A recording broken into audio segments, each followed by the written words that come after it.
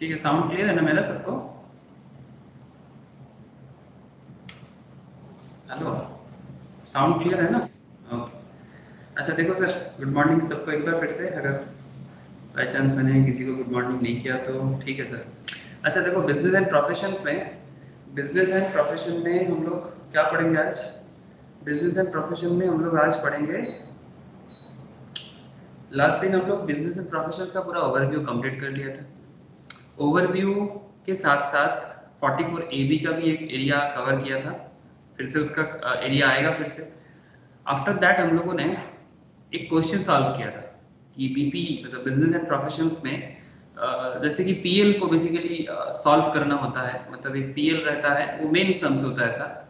ये जो सम्स मैंने कराया ये एक मीडियम टाइप ऑफ सम्स था, मतलब बहुत ज़्यादा एडजस्टमेंट नहीं था, बट एक कंप्लीशन था कि हाँ ऐसा होता है। उसमें हम लोगों ने ये देखा था कि जो बिजनेसमैन अपना प्रॉफिट एंड लॉस अकाउंट को बिल्ड करते हैं और उसके बेसिस पे वो जो अपना नेट प्रॉफिट दिखाते हैं या फिर जो टैक्स लायबिलिटी वो शो करता है, उसमें इनकम टैक्स डिपार्टमेंट के साथ थोड़ा मुश्किल होता है। मतलब बिजनेसमैन अपने हिसाब करते हैं एज पर अकाउंटिंग सिस्टम, मतलब अकाउंटिंग स्टैंडर्ड्स वगैरह फॉलो करके, ठीक है। और इनकम टैक्स डिपार्टमेंट सिस्टम थोड़ा अलग मानते हैं। जो खर्चा बिजनेसमैन खर्चा बोलना चाहता है, इनकम टैक्स डिपार्टमेंट का मानना होता है नहीं ये खर्चा हमें नहीं दिखा सकते आप, ठीक है। जैसे हम लोगों ने कल बहुत सारा ऐसे एडजस्टमेंट देखा, like provisions for doubtful debt, political party का डोनेशंस, वैराइटीज ऑफ था जो आप लोगों ने कल भी देखा था क्लास में। तो कॉन्सेप्ट बेसिकली क्या है कि ये बिजनेस एंड प्रोफेशन चैप्टर में मेनली हम लोगों को क्या करना होता है, ऐसे बहुत सारा और भी टॉपिक्स हैं, मैं आगे आगे सब डिस्कस करूंगा। ऐसे तो आज मैं पूरा प्रो फॉर्मा को डील करूंगा, तो आप लोगों को एक आइडिया लग जाएगा, कि क्या क्या डिटेल्स डिस्कस करना चाहिए बिजनेस एंड प्रोफेशन सेट में, जिसके ऊपर हम लोगों को मतलब छोटा सा लेके एकदम इतना बड़ा तक जितना सारा कॉन्सेप्ट है, हर चीज़ का आइडिया होना बहुत ज़रूरी है, बहुत ज़रूरी है। और इस तरह का जिस तरह का एग्जाम मॉडल्स आजकल चल रहा है ना सर, क्वेश्चंस कुछ भी हो सकता है, हमें डिटेल्स जानकारी बहुत ज़रूरी है, ठीक है। तो आज क्या कर रहे हैं, चलिए सर प्रोफार्मा स्टार्ट करते हैं, फिर देखते हैं एक एक करके बात को आगे बढ़ाते हैं, ठीक है। ठीक है सर, चलो लास्ट दिन का क्वेश्चंस का एक पार्ट मुझे पता है कि टैक्स लायबिलिटी वाला मैंने घर में दिया था करने को, वो मैं सॉल्व कराता हूँ। लेकिन पहले मैं बीपी का प्रोविजंस का एक बार आप लोगों को पहले ठीक से बोल देता हूँ, ठीक है।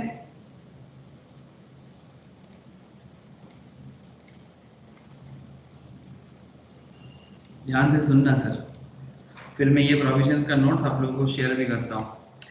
अच्छा, क्या आप लोगों को दिखाई दे रहा है सर प्रोफार्मा ऑफ और computations of income under the profits and business and professions? इसको बाद में क्या करना है ना सर, मैं तो अभी इसको सिर्फ आपको पढ़ा देता हूँ।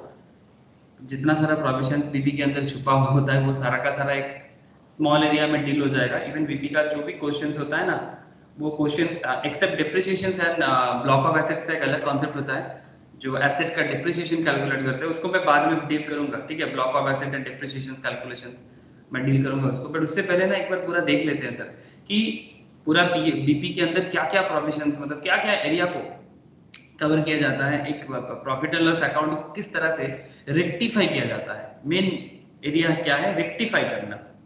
हमें बीबी को रेक्टिफाई करना है कि जो भी इनकम टैक्स वाले बोलेंगे, सॉरी जो भी अकाउंट्स मतलब बिजनेसमैन अपने अकाउंट्स में बोलेगा, बिजनेस एंड प्रोफेशंस को कैलकुलेट करने के टाइम पे इनकम टैक्स वाले क्या चाहते हैं हम लोगों से, चाहे वो आप प्रैक्टिसिंग चार्टर्ड अकाउंटेंट हो, कॉस्ट अकाउंटेंट हो, या फिर कंपनी सेक्रेटरीज हो, जब भी आप अपना क्लाइंट का बिजनेस कैलकुलेशंस करोगे ना, तो आपको ये सब मैटर मेंटेन करके ही इसका हिसाब किताब करना चाहिए, और इसी के बेसिस में आपको टैक्स भी भरना चाहिए, सिंपल बात, ठीक है। तो चलो सर, अच्छा स्क्रीन दिख रहा है ना सबको? हाँ सर? हाँ सर। ओके सर, तो देखो सर ध्यान से, क्या क्या पॉइंट डिटेल्स पे डिस्कशंस होना चाहिए प्रोफार्मा के अंदर, मतलब जो एक्चुअली कैलकुलेशंस करने का तरीका भी बोल सकते हो आप, ठीक है। ऑलरेडी हम लोग कल वाला क्लास में जो देख लिया ना, उसके बाद ये समझना बड़ा ही आसान हो जाएगा। डायरेक्ट प्रोफार्मा नहीं करा रहे, ऑलरेडी इसी तरह का प्रोफार्मा का यूज हम लोग कल वाला क्वेश्चंस में भी कर लिए थे, लेकिन आज मैं थोड़ा डिटेल्स में, तो ऐसा बहुत सारा ऐसा एरिया है जो कवर, मतलब एक क्वेश्चन में कवर नहीं हुआ है, जो मैं यहाँ कवर करूंगा आपके साथ। तो सबसे पहले क्या होता है सर बिजनेस एंड प्रोफेशंस पे, कल वाला क्लास का एक कंटिन्यूएशन को दिमाग में रखते हुए चलना। आपके पास क्या नोन था sir, net profit as per profit and loss account, ये नोन था ना आपको? और ये नोन रहेगा। ये जब भी, क्योंकि ये क्यों नोन रहेगा, कोई मुझे बता सकता है कि ये क्यों नोन होना चाहिए? मतलब आपको ये पता होना कैसे चाहिए? मतलब क्वेश्चंस में आपको प्रॉफिट एंड लॉस कैलकुलेट करने का जरूरत नहीं है, ये आपको पता चल जाएगा। क्यों? क्यों सर? बिकॉज उस पे ही तो टैक्सेशन करेंगे ना। Thank you sir. मतलब कॉन्सेप्ट यही है कि हम लोग तो इनकम टैक्स वाले हैं ना, हम लोग अभी अकाउंट्स वाले नहीं है, ठीक है? तो अकाउंट्स वाले तो अपना काम कर देता है और उसके बेसिस में ही तो इनकम टैक्स भरना पड़ता है। I hope this point is clear. Income हम लोग जब इनकम टैक्स पढ़ रहे हैं तो हम लोग का क्या कॉन्सेप्ट है? हम लोग इनकम टैक्स का कैलकुलेशंस कर रहे हैं या फिर we are income tax calculator, ठीक है, टैक्स कंसल्टेंट, ओके। लेकिन जो अकाउंटेंट है, ठीक है, वो तो ऑलरेडी अकाउंट्स को मेंटेन करके रखा है, तो हमारा काम तो खत्म, मतलब अकाउंट्स का काम तो खत्म। तो जैसे अकाउंटेंट अपना काम कंप्लीट कर देते हैं, उसके बाद ही वो जो पीएल, उसी का पीएल को लेके ही तो कंपनी देखेगा कि ना कि कितना टैक्स लायबिलिटीज आ रहा है। जैसे हम लोगों ने कल वाला क्वेश्चंस में देखा था कि 2 लाख का इसका प्रॉफिट है और हम लोग इसी 2 लाख का प्रॉफिट को लेके हम लोग अपना कैलकुलेशन स्टार्ट किए थे। आई होप ये तो हो या एकदम कल का ही बात है, तो ज़्यादा चिंता का विषय तो एकदम नहीं है। तो देखिए, तो जस्ट इसी पॉइंट से हम लोगों ने स्टार्ट किया और फिर हम लोगों ने एक इजी मेथड अपनाया कि जो अलाउड है उसको टच नहीं करना है। बड़ा इजी मेथड समझ, इजी एक कॉन्सेप्ट समझाते हैं कि क्या समझे थे सर, कि जो अलाउड है उसको टच नहीं करना है। बात को मैं फिर से दोहरा रहा हूँ, ठीक है? जो अलाउड खर्चा है, जो अलाउड इनकम है, उसको क्यों टच करें? बिकॉज वो तो सही है। तो फिर क्या करना है? जो डिसअलाउड है उसी को लेके काम करना है। तो इसीलिए हम लोगों ने जब कैलकुलेशंस करना चालू किया, आप देख सकते हैं यहाँ पर net profit as per PL के साथ एक्सपेंडिचर, पहले हम लोगों ने क्या ऐड कर दिया? Expenditure disallowed. फिर हम लोगों ने दूसरा एक पॉइंट पे हम लोग क्या किया सर, लेस क्या किया? Income chargeable under other head or exempted, ठीक है? तो ये 2 पॉइंट था और एक अलग से डिप्रिसिएशंस को अलग से डील किए, बिकॉज वो ना ही हमारा एक्सपेंडिचर्स डिसअलाउड में आता है, एक्चुअली उसका एक एडजस्टमेंट था। तो इस तरह का एडजस्टमेंट को हमें क्या कर देना चाहिए था? लेस कर देना चाहिए था। तो क्या ऐड होता है और क्या लेस होता है, इसका हिसाब किताब आज पक्का करेंगे सर, ठीक है? आई होप समझ में आ रहा होगा, ठीक है? थोड़ा आगे बढ़ने दो, फिर और समझ में आ जाएगा। तो जैसे कल का जो 2 लाख का, वही यहाँ पर अमाउंट के हिसाब से आप देख रहे हो, ठीक है? इसके साथ ऐड क्या होना चाहिए? पहले मैं एडिशंस में क्या क्या है पहले एक बार देख लेते हैं, लेकिन इसका पीछे का कारण देखना। Expenses debited to statement of profit and loss but not allowed, मतलब बेसिकली हम ऐसे बोल सकते हैं ना शॉर्ट फॉर्मेट में, एक्सपेंडिचर डिसअलाउड। क्या सर ये लैंग्वेज सही है कि नहीं है? ये जो इतना बड़ा बात बोला है, सही बोला है, डिटेल्स में बोलना चाहिए, बट मैं पूछ रहा हूँ कि क्या ये भी बोल सकते हैं ना, expense debited to statement of profit and loss but not allowed, that means we can say कि एक्सपेंडिचर डिसअलाउड। क्या बात कहना गलत होगा? बोलो ना सर। अब अगर आप लोग समझ पा रहे हो तो प्लीज मुझे रेस्पॉन्स करना। हाँ, क्या हो सर, समझ में नहीं आ रहा है क्या? हाँ ना, कुछ तो बोलो। हाँ सर। ओके, तो बेसिकली वही हो गया सर, एक्सपेंडिचर डिसअलाउड, ठीक है? तो expenses debited to statement of PL but not allowed. अब इसमें क्या क्या आ सकता है, ठीक है? इसमें आप यहाँ पर देख सकते हो, जैसे डेप्रिसिएशन, ठीक है? डेप्रिसिएशन को as per books of accounts जो है, ठीक है, depreciation as per books of accounts हम लोग कल के क्वेश्चंस में भी देखना, हम लोग ऐड कर दिए थे, ठीक है? फिर इनकम टैक्स, इनकम टैक्स में इनकम टैक्स डिसअलाउड है, हम लोगों ने कल ये भी देखा था sir, disallowed under section 40 subsection ए क्लॉज 2।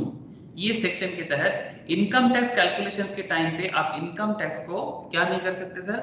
लेस नहीं कर सकते, ये अलाउड नहीं है, ये कंप्लीटली डिसअलाउड है। आप इनकम टैक्स का हिसाब करोगे और इनकम टैक्स को ही लेस कर दोगे क्योंकि वो आपका खर्चा हो रहा है, नहीं सर, ये अलाउड नहीं है। डिसअलाउड अंडर सेक्शन 40 सबसेक्शन ए क्लॉज 2, याद रखिएगा। हाँ, और भी बहुत सारा है, ये तो बस शुरुआत है सर। 30% ऑफ सम पेबल, याद रखिएगा सर, कुछ कुछ परसेंटेज भी बड़ा पॉपुलर परसेंटेज है और फिक्स परसेंटेज है। 30% of sum payable to residents on which tax is not deducted at source, मतलब टीडीएस का बात कर रहा है। 30% of sum payable to residents, resident मतलब आप लोग जानते हो एज पर इनकम टैक्स, जो लोग रेसिडेंशियल स्टेटस नहीं पढ़े उनको थोड़ा दिक्कत हो सकता है, वो बाद में रेसिडेंशियल स्टेटस जरूर कर देगा।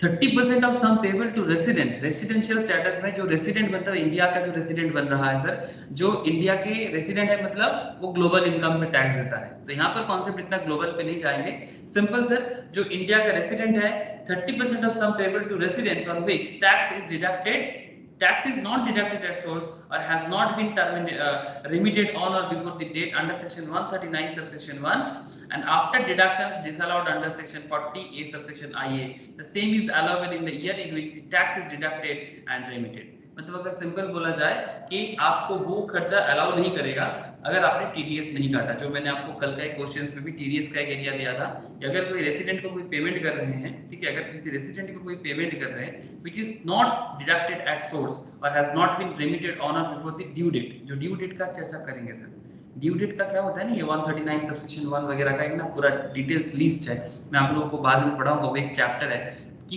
किस डेट में टैक्स भर देना चाहिए, ड्यू डेट क्या है। तो ड्यू डेट का ना पूरा लंबा एमसीक्यू के लिए बड़ा ही इंपॉर्टेंट माना जाता है, तो ये ड्यू डेट में बात करूंगा मैं, ठीक है। ये टैक्स जमा करने का अलग अलग डेट माना जाता है कंपनी के लिए, इंडिविजुअल्स के लिए, तो ये वहां पर मैं चर्चा करूंगा, ठीक है। फिलहाल आप इतना याद रख लो कि ये टैक्स जमा करने का जो ड्यू डेट है उसके हिसाब से बोल रहे हैं। तो नॉट बीन रिमिटेड ऑन और बिफोर द ड्यू डेट, अगर ड्यू डेट से पहले भी वो अगर वो टीडीएस का अमाउंट रिमिट नहीं किया गया तो वो after deductions disallowed under section 40A subsection IA, the same is allowable in the year in which deducted and remitted। मतलब जिस ईयर में आप रिमिटेड करोगे उसी ईयर में अलाउ करेगा, अगर नहीं करोगे तो दूसरे ईयर में डिसअलाउड कर देगा, ठीक है। ये सब और जब प्रैक्टिकल क्वेश्चंस और करेंगे ना सर, तब आप लोगों को और ज्यादा समझ में आएगा। मैं बस इतना बोलूंगा कि आप लोग करेंटली बस इतना याद रखो, 30% टीडीएस पेमेंट अगर नहीं किया है और पेमेंट भी नहीं किया है ड्यू डेट से पहले तो वो डिसअलाउड है। और क्या बोला एक point, the same is allowable, मतलब ये 30% टीडीएस का जो मतलब किसी को टीडीएस पे कर रहे हैं तो वो अमाउंट हम डिसअलाउड कर सकते हैं in the year in which the tax is deducted. अगर टीडीएस काटा तो अलाउड है, अगर टीडीएस नहीं काटा तो अलाउड नहीं है। बस यही सिंपल बात इस पर्टिकुलर पॉइंट आपको समझाना चाहता है। बाकी सर आगे जब और चर्चा बढ़ेंगे ना तो और आपको मतलब और कैलकुलेशंस करेंगे तो और समझ में आता जाएगा। फिलहाल ये सब एरिया क्या चल रहा है सर, एक्सपेंडिचर डिसअलाउड, मतलब आपके लिए खर्चा है। अरे आपका कंपनी किसी को एक्सपेंडिचर मतलब किसी को सैलरी पे कर रहा है तो वो कंपनी के लिए खर्चा है, बट अगर आप उस पर्टिकुलर खर्चा में अगर आप टीडीएस काटने का प्रोविजन था, टीडीएस का मतलब क्या होता है, tax deducted at source, TDS काटने का प्रोविजन था बट आपने टीडीएस नहीं काटा, इन सिंपल, ठीक है। तो अगर ऐसा केसेस है जैसे कल वाला क्वेश्चन में भी ऐसे एक छोटा सा प्रोविजन था तो फिर उस केस में क्या हो जाएगा, वो अलाउड नहीं करेगा, लेकिन ये अलाउड हो सकता है अगर टीडीएस अगर आप काटते हो तो, लेकिन उसी ईयर में जिस ईयर में वो डिडक्टेड होगा और रेमिटेड भी होगा। आई होप समझ में आ रहा है सर, ठीक है। आगे चलो बढ़ते हैं। Any expenditure incurred in respect of which payment is made for goods, any expenditure incurred in respect of which payment is made for goods service और facilities to a related person to the extent the same is excessive और unreasonable. I hope इसके बारे में भी कल वाला class में discussion हुआ था। हाँ सर, ये वाला पॉइंट में भी डिस्कशन हुआ था ना, ये देखो सर क्वेश्चंस के अंदर था ना, ये जो क्या था बोलो, आप ही लोग बोलो ना, ये हमारा एक परचेस अमाउंट था मोस्ट प्रोबेबली, ये देखो सर दिख रहा है क्या सबको, कल वाला क्वेश्चन तो कॉपी में भी है, purchase include of raw material 80,000 from relative fair market value 50,000, दिखाई दे रहा है सर? हेलो, हाँ, तो वही वाला कॉन्सेप्ट है ना। फिर से एनी एक्सपेंडिचर इनकर्ड, आपने कोई खर्चा किया, बात को समझना कि बिजनेसमैन कहाँ गड़बड़ घोटाला करने का कोशिश करता है। वो गड़बड़ क्यों करेगा, बिकॉज वो हमेशा चाहेगा कि सर वो टैक्स कम पे करे। आप लोग पहले ना बात को समझो कि वो हमेशा चाहेगा कि वो टैक्स कम पे करे, तो उसके लिए वो क्या करेगा कि अपना नेट प्रॉफिट को कम शो करने का कोशिश करेगा in general, okay. In general cases में वो अपना नेट प्रॉफिट को कम शो करने का कोशिश करेगा और उसके लिए ना बहुत दिमाग लगाएगा। तो बोलते हैं कि any expenditure incurred in respect of which payment is made for goods service और facilities to a related persons to the extent the same is excessive और अनरीजनेबल। समझ में आ रहा है ना? In the opinion of AO, AO means assessing officer, income tax department का जो असेसिंग ऑफिसर है ना सर, वो बाद में मतलब उनके हिसाब से भी वो जब बाद में रेड करता है या फिर चेक करता है तो उनको समझ में आ जाता है, ठीक है। तो जब भी अकाउंट्स का ऑडिट होता है, सॉरी टैक्स का ऑडिट होता है, ऑडिट में भी पकड़ा जाता है, तो ये असेसिंग ऑफिसर के हिसाब से कि जो असेस कर रहा है, असेस करना मतलब जो चेक कर रहा है, ठीक है, जो चेक कर रहा है कैलकुलेशंस करने के टाइम, उनको अगर लगता है कि इस पर्टिकुलर प्रोडक्ट का, इस पर्टिकुलर सर्विस का मार्केट में इतना रेट में सेल नहीं होता है तो वो आपको पकड़ेगा कि नहीं पकड़ेगा, आपको पूछताछ करेगा कि नहीं करेगा। मतलब अगर आप 50,000 का चीज को 80,000 में बेचोगे, 50,000 का प्रोडक्ट अगर आप 80,000 में बेचोगे तो नॉर्मल इंसान तो लेगा नहीं, है ना सर? बोलो ना, क्या नॉर्मल कोई इंसान लेगा 50,000 का प्रोडक्ट? एकमात्र आप किसके, तो फिर इसके अगेंस्ट में आप बिल भी शो कर रहे हो। मजा का बात क्या है, आप वाउचर भी सेल कर रहे हो, मतलब दिखा रहे हो कि भाई देखो मेरे पास पर सेल वाउचर या परचेज वाउचर है, ठीक है। तो आप जब सेल वाउचर दिखा रहे हो ना, तो सेल वाउचर दिखाने से आप प्रूव करा सकते हो कि हाँ देखो मेरा तो इतने का सेल हुआ है। लेकिन सवाल है कि कुछ कॉमन सेंस भी तो होना चाहिए ना। कॉमन सेंस नहीं होगा तो फिर बिजनेस तो, मतलब जो बंदा एसेस करने जा रहा है, जो टैक्स ऑफिसर्स या जो टैक्स ऑडिटर है, वो जब एसेस करने जा रहे हैं उनको तो कुछ तो दिमाग में होना चाहिए कि किस प्रोडक्ट का मार्केट में क्या रेट चलता है। मतलब कॉन्सेप्ट कुछ ऐसा कभी कभी क्या हो जाता है, नहीं जो हम लोग मार्केट में चारों तरफ मतलब बिजनेस एरिया में जो करप्शन देखते हैं ना, करप्शन ऐसे नहीं होता। करप्शन पकड़ने वाला का दिमाग भी उतना होना चाहिए, और कोई दिमाग वाला नहीं होगा तो फिर वो किस तरह से ऑफिसर्स बनेगा। तो दिमाग होना चाहिए कि किस चीज का क्या रेट होना चाहिए मार्केट में। मतलब आपको ना बहुत ज्यादा क्या बोलूं सर, मतलब एक ओवरऑल नॉलेज सबके अंदर बहुत जरूरी है। ओवरऑल नॉलेज मतलब हर फील्ड में आपको कुछ ना कुछ जानकारी रखना बहुत जरूरी है, तभी जाके आप ये सब पकड़ सकते हो। नहीं तो सर वो कोई कुछ नहीं, करप्शन होके निकल के चला जाएगा। Okay, any expenditure incurred in respect of which payment or aggregate or payment, ध्यान से सुनना ये वाला point. Any expenditure incurred in respect of which payment or aggregate of payments to a person exceeding ₹10,000 in a single day. जो शायद कल ये वाला बात ये भी कर रहा था Ziaul most probably. Any expenditure incurred in respect of which payment or aggregate of payment, में तो एक सिंगल पेमेंट हो सकता है या फिर कुल मिला के एग्रीगेट ऑफ पेमेंट्स हो सकता है, to a person exceeding ₹10,000 in a single day is made otherwise then by way of account paying cheque, draft, use of ECS through bank account or through such other prescribed electronic mode like debit card, credit card, net banking, RTGS, NEFT, IMPS, भीम, Aadhaar pay. आजकल ये सब होता है ना sir,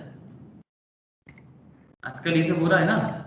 ये last वाला जो एरिया है आप लोग तो सभी जानते हो, ये भीम, UPI, आधार पे, ये सब तो आप लोग जानते हो ना सर। है दादा। तो बेसिकली क्या कह रहा है कि अगर कभी भी आप किसी भी तरह का एक्सपेंडिचर करते हो जिसमें या फिर आप नॉर्मल पेमेंट कर रहे हो या फिर एग्रीगेट में पेमेंट कर रहे हो to a person exceeding ₹10,000 in a single day, single day में पेमेंट कर रहे हो, 10,000 से ज्यादा अमाउंट का पेमेंट कर रहे हो, ठीक है। और वो अमाउंट आप ये सब मोड छोड़ के मतलब कैश में कर रहे हो, otherwise then by way of account payee cheque, bank draft, use of ECS through bank account or through such other prescribed electronic mode. मतलब अगर ये सब मोड में करोगे तो ठीक है, अगर ये सब मोड में नहीं करोगे तो फिर otherwise then by way of, okay, मतलब कैश में करोगे तो फिर वो डिसअलाउड कर देगा, ठीक है। बिकॉज आप इस तरह से खर्चा करोगे, मतलब पेमेंट करोगे तो फिर आपको डिसअलाउड अलाउ करेगा खर्चा। लेकिन अगर आप 10,000 से ज्यादा सिंगल डे में किसी को पेमेंट कर रहे हो और उसका पर डे के हिसाब से किसी को पेमेंट कर रहे हो और वो अभी कैश में कर रहे हो ना, तो फिर मुश्किल हो जाएगा। ब्लैक मनी का तो सोर्स इसी तरह से बढ़ता है। अरे सर आप लोग इसका खबर जानते हो, वो क्या बोलते हैं, दाऊद इब्राहिम के बारे में सुने हो? अरे जो घोटाले का मतलब डॉन है सर, मतलब ये दुनिया का सबसे बड़ा स्मगलर माना जाता है। इतना बड़ा स्मगलर तो वर्ल्ड में पैदा नहीं हुआ आज तक। जानते हो आप लोग ये दाऊद इब्राहिम क्या काम करता था? सीरियसली करेक्टेड पॉइंट है, तभी मैं बात को उठाया कि इस तरह का कॉन्सेप्ट क्यों गवर्नमेंट प्रोविजंस को क्यों इनबिल्ड करता है। डू एनीवन नो सर ये दाऊद इब्राहिम का काम क्या था? सर आप तो डराने वाला बात कर रहे हो। अरे नहीं, कोई डराने वाला बात नहीं है, ये तो बस एक नॉलेज का बात है। आप लोग जानते हो कि नहीं, बोलो ना कि दाऊद इब्राहिम क्या करता था वो? हवाला। हवाला क्या होता है हवाला में? लेगाज। देखो सर मैं आपको हवाला दिखाता हूँ।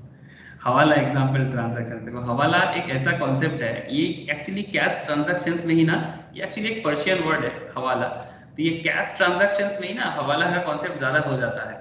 हवाला कैश भी नहीं लगाता, वो क्या लगाता है वही जाने, ठीक है। इनफॉर्मल वैल्यू ट्रांसफर सिस्टम, ये देखो हवाला और हिवाला, ठीक है। Somali is a popular and informal value transfer system based not on the movement of cash or on telegraph or computer network wire transfer between banks, but instead on the performance and on honor of a huge network of money brokers known as Havaladars.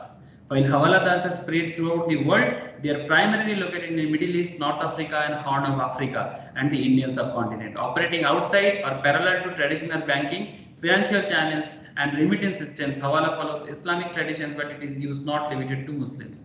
ठीक है, मतलब ये system Islamic world में ज्यादा देखा जाता था, but अभी जब से ये दाऊद इब्राहिम इसको पॉपुलर किया है ना, तब से ये पूरा दुनिया भर में इसको, मतलब फिर यूरोपियन वर्ल्ड्स, इंडिया में भी बहुत लोग इसको यूज करना चालू कर दिया। तो बहुत भयंकर टाइप का एक सिस्टम बनाया था ये ब्लैक मनी को रोटेट करने का। ये देखो सर, कौन किसको पेमेंट कर रहा है, कौन किसको पेमेंट कर रहा है, फिर कौन किसको पेमेंट कर रहा है, पूरा नेटवर्किंग सिस्टम से करता था। यही सब रीजंस है बेसिकली, यही सब मेनली रीजंस है जो धीरे धीरे धीरे धीरे कॉन्सेप्ट को, मतलब ये इनकम टैक्स डिपार्टमेंट अपने अंदर इसको लाया। मैं बस आपको हवाला का एग्जांपल इसलिए बोला ताकि आप थोड़ा सा अंदर समझो कि क्या कॉन्सेप्ट छुपा रहता है कि गवर्नमेंट इतना टफ क्यों होता है। मतलब मन में मेरा तो सवाल आता रहता था हमेशा कि 10,000 से ज्यादा ट्रांजैक्शन करने में क्या प्रॉब्लम है। प्रॉब्लम एक्चुअली पहले ही ना ये कुछ खराब लोग ना सोसाइटी को खराब करके रखा था, और इसके कारण पूरा खतरनाक हालत हो गया था। मुंबई तो एक टाइम पे इन्हीं के राज में चलता था अप टू 2000 तक। इवन आज भी बोला जाता है कहीं कहीं कुछ ना कुछ कनेक्शन है, बट 2000 तक तो मुंबई का हालत बहुत खराब था, अप टू 2000। चलो सर कोई बात नहीं। तो ये अमाउंट भी आपको डिसअलाउड कर देगा अगर 10,000 से ज्यादा अगर आप किसी को पेमेंट करते हो सिंगल डे में, एग्रीगेट में। एक्सेप्ट ये सब वे में करोगे तो ठीक है, नो इशू, मतलब पेमेंट का प्रॉपर जरिया है तो नो प्रॉब्लम, जिसके पास गवर्नमेंट के पास प्रूफ रहेगा। ठीक है, इसलिए गवर्नमेंट चाहते हैं सर, मैं कल भी आप लोगों के साथ बात कर रहा था ना यस्टरडे, कि गवर्नमेंट चाहता है कैशलेस इकोनॉमी। सर आप लोग क्या सोचते हो, कैशलेस इकोनॉमी पॉसिबल है इंडिया में? बोलो ना सर, इंडिया में कैशलेस इकोनॉमी पॉसिबल है? सर अर्बन एरिया में पॉसिबल है, बट रूरल एरिया में इम्प्लीमेंट करना थोड़ा मुश्किल है। मुझे तो तरीके लगता से है कि रूरल एरिया में भी अगर कोशिश करेगा तो हो जाएगा, क्योंकि अर्बन एरिया में तो भीड़ ज्यादा है, और भीड़ का प्रॉब्लम क्या है, रूरल में तो काम धंधा नहीं है इंडिया में।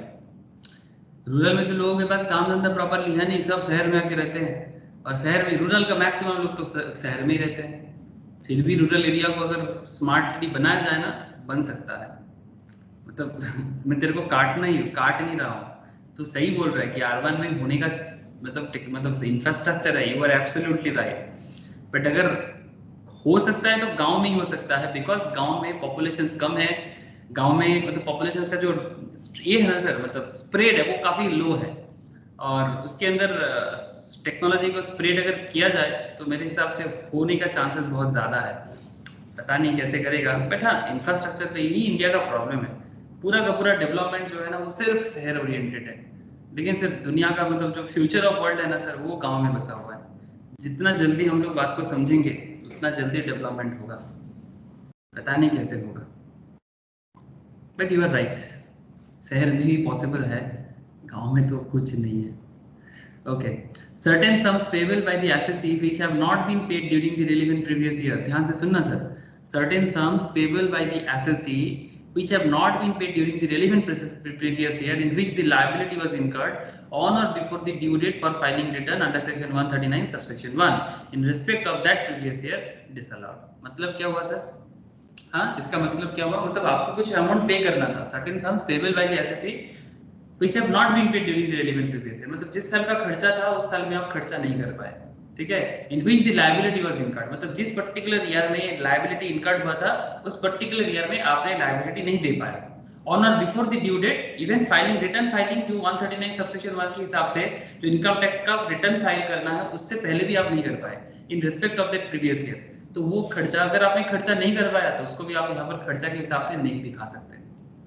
आप समझ में आया? सपोज 2019-20 का एक खर्चा था, ठीक है, 2019-20 का एक पेबल अमाउंट था, और वो पेबल अमाउंट आप 2019-20 में नहीं कर पाए, लेकिन वो उसी ईयर का खर्चा था। इवन रिटर्न फाइलिंग का डेट आ गया, ठीक है, रिटर्न फाइलिंग का डेट आ गया, मतलब इनकम टैक्स का जो पेमेंट करने का टाइम भी आ गया, तब भी आप नहीं कर पाए, ड्यू डेट से भी पहले नहीं कर पाए, लेकिन खर्चा था, ड्यू खर्चा था, मतलब वो क्या बोलते हैं सर, एक्चुअल बेसिस कॉस्ट खर्चा था। क्या आप उसको दिखा सकते हो? खर्चा हुआ नहीं है तो क्या आप इनकम टैक्स में शो कर सकते हो, मतलब अपने प्रॉफिट एंड लॉस अकाउंट में? तो इनकम टैक्स वाले बोलते हैं अगर ऐसा खर्चा है अकाउंट तो इसको खर्चा दिखा देगा ना सर। क्या आप लोग बात समझ पा रहे हो कि मेरा पेबल अमाउंट है, अकाउंट्स तो ड्यू बेसिस में चलता है ना। हमारा जो अकाउंटिंग सिस्टम है वो बहुत ज्यादा पॉपुलर किस सिस्टम में है? एक्रूअल बेसिस में है। ये सुनो सर, एक्रूअल सिस्टम भी अकाउंट्स करते हैं ना, तो एक्रूअल सिस्टम में अकाउंट्स तो उसका खर्चा दिखा देगा, बट इनकम टैक्स डिपार्टमेंट बोलते हैं नहीं, आप ऐसा खर्चा नहीं दिखा सकते, जो खर्चा आपने पे नहीं किया वो खर्चा आप पीएल में शो नहीं कर सकते। तो ये अकाउंट्स के साथ टैक्स का बहुत झगड़ा है सर, बहुत झगड़ा है। अब ये झगड़ा के चक्कर में हम लोगों का दिमाग खराब रहता है। अच्छा, मैं एक बार सबको पूछना चाहता हूँ कि आप लोग समझ पा रहे हो कि हम लोग क्या पढ़ रहे हैं? प्रोविजन है सर। इनकम टैक्स में दिमाग प्रोविजंस पे ही लगाना चाहिए। सम्स तो करेंगे ना, आपको लगेगा कि सब हो गया, बट अगर आप प्रोविजन से दूर भागते जाओगे तो आप इनकम टैक्स में पागल हो जाओगे। तो प्रोविजंस को, ये मैं इसीलिए मेहनत करता हूँ प्रोविजंस पढ़ाने से पीछे, क्योंकि प्रोविजंस ही सब कुछ है। जिसको प्रोविजन पता है वो इनकम टैक्स में राजा, और जिसको प्रोविजंस के साथ नाता नहीं है ना, वो कितना भी क्वेश्चन प्रैक्टिस कर ले, वो हवा में घूमता रहेगा, समझ में नहीं आएगा। इसलिए बार बार पूछ रहा हूँ कि आप लोगों को समझ में आ रहा है कि हम लोग क्या पढ़ाई कर रहे हैं अभी? Please tell me sir. Vishal, Priya, Preeti, बोलो सर। प्रियोतमा, सबको समझ आ रहा है? रोशनी, हाँ, कि हम लोग ये चीज पढ़ रहे हैं। Thank you sir. Profit and loss account को रेक्टिफाई करने के लिए इनकम टैक्स वाले, रेक्टिफाई मतलब क्या, वो प्रॉफिट एंड लॉस अकाउंट मैंने गलत बनाया था अकाउंटेंसी वाला? अरे नहीं सर, वो accounts as per account system था, पर इनकम टैक्स वाले अपना हिसाब लगाते हैं, और हिसाब लगाने के पीछे इनका अपना अपना लॉजिक है, वो अपने लॉजिक से चलता है, तो वो उनका लॉजिक को यूज करके अपना प्रोविजंस बनाया है। ठीक है सर, तो इसी प्रोविजंस को हम लोग देख रहे हैं कि क्या क्या अमाउंट पीएल के साथ ऐड हो जाना चाहिए, जिसके ऊपर हम लोग एक एक करके देखते जा रहे हैं सर, एक एक करके हम लोग पढ़ते जा रहे हैं। ओके, तो यही सब चीजें आप लोगों को याद भी रखना होगा, आपके सामने अवेलेबल रहेगा, बस आपको आइडेंटिफाई करना है। सारा का सारा डिटेल्स में अवेलेबल रहेगा, आपको याद नहीं करना है, लेकिन आपको ये पता होना चाहिए। अच्छा, अगर मैंने 10,000 से ज्यादा किसी को पेमेंट कर दिया, अगर 10,000 से ज्यादा अमाउंट है तो क्या होगा, वो मुझे डिसअलाउड कर देगा या अलाउड कर होगा खर्चा मेरा? मैं क्या ये पीएल में दिखा सकते हैं, क्या मैं पीएल में नहीं दिखा सकते? या फिर अगर मैंने certain sums payable which have not been paid during the relevant previous year में पेमेंट नहीं कर पाया, तो which the liability was incurred on or before the due date of filing of return in respect of the previous year, तो amount disallowed कर देता है 43B के हिसाब से। तो हमें ये सब आइडेंटिफाई करना है, तो ये आइडेंटिफिकेशन से मेनली ये बीपी का मेन एरिया ऑफ डिस्कशन है। पर्सनल एक्सपेंसेस के ऊपर तो मैंने कल बता दिया था सर, आप लोग भी हाँ बोला था और एकदम पक्का हो गया था। Not allowable as per section 37। आपका पर्सनल खर्चा आप अपने प्रॉफिट एंड लॉस अकाउंट में दिखा के अपना प्रॉफिट को कम नहीं कर सकते, सिंपल बात है। ठीक है, कल वाला क्वेश्चन में भी था। Capital expenditure, capital expenditure is also not allowable as per section 37। मतलब अगर आपने कोई बड़ा मशीन्स वगैरह खरीदा या फिर कोई भी खर्चा, मतलब जो बिजनेस का डे टू डे खर्चा नहीं है, ठीक है, कैपिटल एक्सपेंडिचर किया आपने, ठीक है, तो कैपिटल एक्सपेंडिचर का क्या है, डिप्रिसिएशन अलाउड होता है, बट कैपिटल एक्सपेंडिचर अलाउड नहीं होता। मतलब से फॉर एग्जांपल क्या बताऊं आपको, कल वाला एक क्वेश्चन लेते हैं, कल का क्वेश्चंस का एक पार्ट लेते हैं। ये देखो सर, कल के क्वेश्चंस में आप ध्यान से समझना कि आपके दिमाग में ऐसा चल रहा होगा कि सर कैपिटल एक्सपेंडिचर डिसअलाउड क्यों करेंगे? Sir profit and loss account में कैपिटल एक्सपेंडिचर आता है क्या? प्लीज सर, क्या प्रॉफिट एंड लॉस अकाउंट में कैपिटल एक्सपेंडिचर आता है? कैपिटल एक्सपेंडिचर कहाँ जाता है फिर? कैपिटल एक्सपेंडिचर कहाँ जाता है फिर? पीएल में नहीं आता है तो बिजनेस क्या करता है कैपिटल एक्सपेंडिचर को? बैलेंस शीट में देखिए। Thank you sir. Capital expenditure मतलब क्या होता है? Very good, I am very happy. Capital expenditure मतलब बेसिकली अगर आप अपने बिजनेस पे ना बहुत बड़ा अमाउंट इन्वेस्ट कर रहे हो, लाइक अगर कोई मशीन्स खरीद रहे हो, ठीक है, अगर कोई बिल्डिंग बना रहे हो, ठीक है, अगर कोई बिल्डिंग बना रहे हो, मतलब जो मशीन्स के नीचे अगर कोई फैक्ट्री सेट बना रहे हो, ठीक है, जिसमें करोड़ों का इन्वेस्टमेंट है आपका। मैं बड़ा कंपनी के लिए सोच रहा हूँ, बड़ा बिजनेस के लिए, ठीक है, बड़ा अमाउंट है, ठीक है, अमाउंट बड़ा छोटा डजंट मैटर कि 1 करोड़ का है कि 10 लाख का है। कॉन्सेप्ट इज दैट कि क्या वो कैपिटल एक्सपेंडिचर है? बाय नेचर दो तरह का एक्सपेंडिचर होता है, कैपिटल और क्या होता है sir? Revenue expenditure. Thank you sir. Revenue expenditure means जो डे टू डे बिजनेस की एक्टिविटीज में होता है, और कैपिटल एक्सपेंडिचर बिजनेस में एट ए टाइम होता है, ठीक है। अगर आपने एक बिल्डिंग बनाने में 50 लाख का एक्सपेंस किया, बात को समझना सर, तो क्या इसको आप अपने प्रॉफिट एंड लॉस अकाउंट में टू बिल्डिंग एक्सपेंस बोल के दिखा सकते हो? हाँ, मैन्युफैक्चरिंग ऑफ बिल्डिंग और मैन्युफैक्चरिंग ऑफ मशीन्स, या टू बिल्डिंग बोल के दिखा सकते हो अमाउंट को 50 लाख? हाँ, नहीं दिखा सकते। तो फिर क्या दिखाते हैं? बिल्डिंग नहीं दिखा सकते, क्या दिखाते हैं? डेप्रिसिएशन, बिल्डिंग का डेप्रिसिएशन दिखाते हैं। Thank you sir. तो अल्टीमेटली बात समझ में आ गया होगा आप लोगों को ये कैपिटल एक्सपेंडिचर क्यों डिसअलाउड करता है प्रॉफिट एंड लॉस अकाउंट में? अगर आपको प्रॉफिट एंड लॉस अकाउंट में कुछ माइनस करने को मिलता है दैट इज डेप्रिसिएशन। हाँ, वो भी डेप्रिसिएशन में ख्याल रखना पड़ता है एज पर बिजनेस है या एज पर इनकम टैक्स है। अगर एज पर इनकम टैक्स आपको देके नहीं रखा तो बिजनेस वाला सही है, लेकिन अगर एज पर इनकम टैक्स का डेप्रिसिएशन देके रखा है तो आपको उसको एडजस्ट करना पड़ेगा। पहले आप बिजनेस वाला ऐड कर दो और फिर बाद में इनकम टैक्स वाले को लेस कर दो तो ऑटो एडजस्ट हो जाएगा। कल वाला क्वेश्चंस भी हम लोगों ने देखा था, समझ में आया? तो था बुझा कैसे बहुत है सर। तो capital expenditure not allowable as per section 37।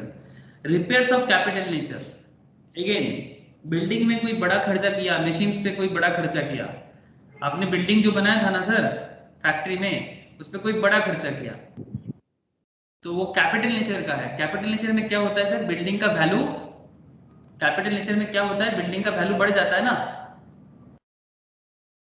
Suppose चलो एक दिखते हैं, रिलायंस जामनगर फैक्ट्री देखे हो क्या आप लोग? देखे हो? 30 किलोमीटर में है सर। कितना किलोमीटर है जानते हो?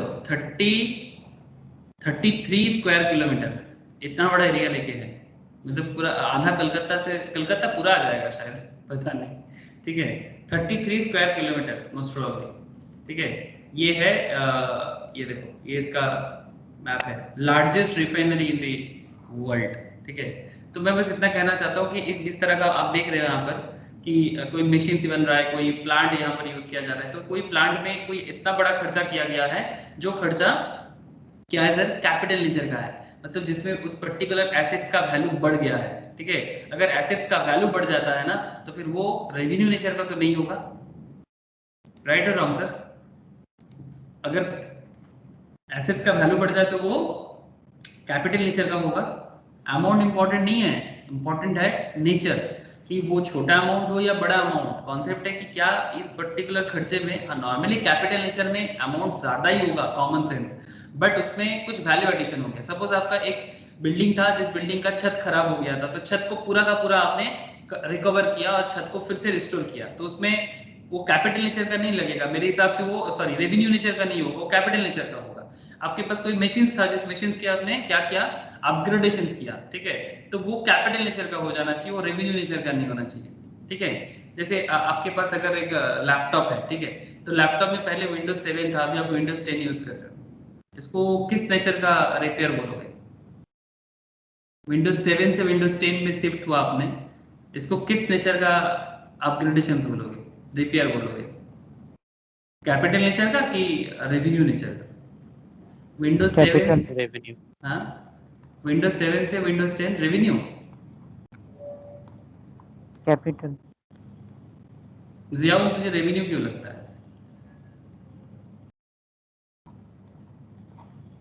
सर हम वो पहले का सुन नहीं पाते थे, मैं पूछ रहा हूँ कि विंडोज 7 तेरे मोबाइल में, लैपटॉप में था, अभी तो उसको विंडोज 10 में बदला है, ऐसे कैपिटल विंडोज 7 से विंडोज 10 तेरा रेवेन्यू नेचर का है या कैपिटल नेचर का है? सर देखो, अगर इससे आपका मशीन्स का वैल्यू बढ़ गया ना, आपको न्यू सॉफ्टवेयर मिला, विंडोज 10 में ऐसा बहुत सारा काम होता है जो विंडोज 7 में नहीं होता था, ऐसे बहुत सारे सॉफ्टवेयर्स होते हैं जो विंडोज 7 में काम नहीं करता, तो ऑटोमेटिकली आपका विंडोज 10 दाम कितना भी हो, चाहे आपने 300 रुपए में करवाओ या 3000 रुपए में, लेकिन कॉन्सेप्ट इज दैट कि अगर ये आपका मशीन्स का परफॉर्मेंस लेवल को बढ़ाते हैं ना तो वो कैपिटल नेचर का हो जाएगा, चाहे उसमें खर्चा इंपॉर्टेंट नहीं है। क्या बात समझ में आ रहा है सर? सिमिलरली कोई भी मशीन्स के साथ आप ऐसा कॉन्सेप्ट लगा सकते हो, ये सब चीजें तो अकाउंट्स में आप लोग सीखते ही हो, मुझे पता है। क्या ये बात समझ में आया sir, repairs of capital nature? Hello, ये भी नॉट अलाउएबल है sir as per section 30 and 31, ठीक है, ये भी नॉट अलाउएबल है। तो ये सब आइडेंटिफिकेशंस में हमेशा ध्यान रखना है सर कि क्या आपको एडजस्टमेंट में दिया है और क्या आपको यूज करना है। ओके, चलो और भी बहुत कुछ है, अभी लाइन लंबा लाइन चलेगा।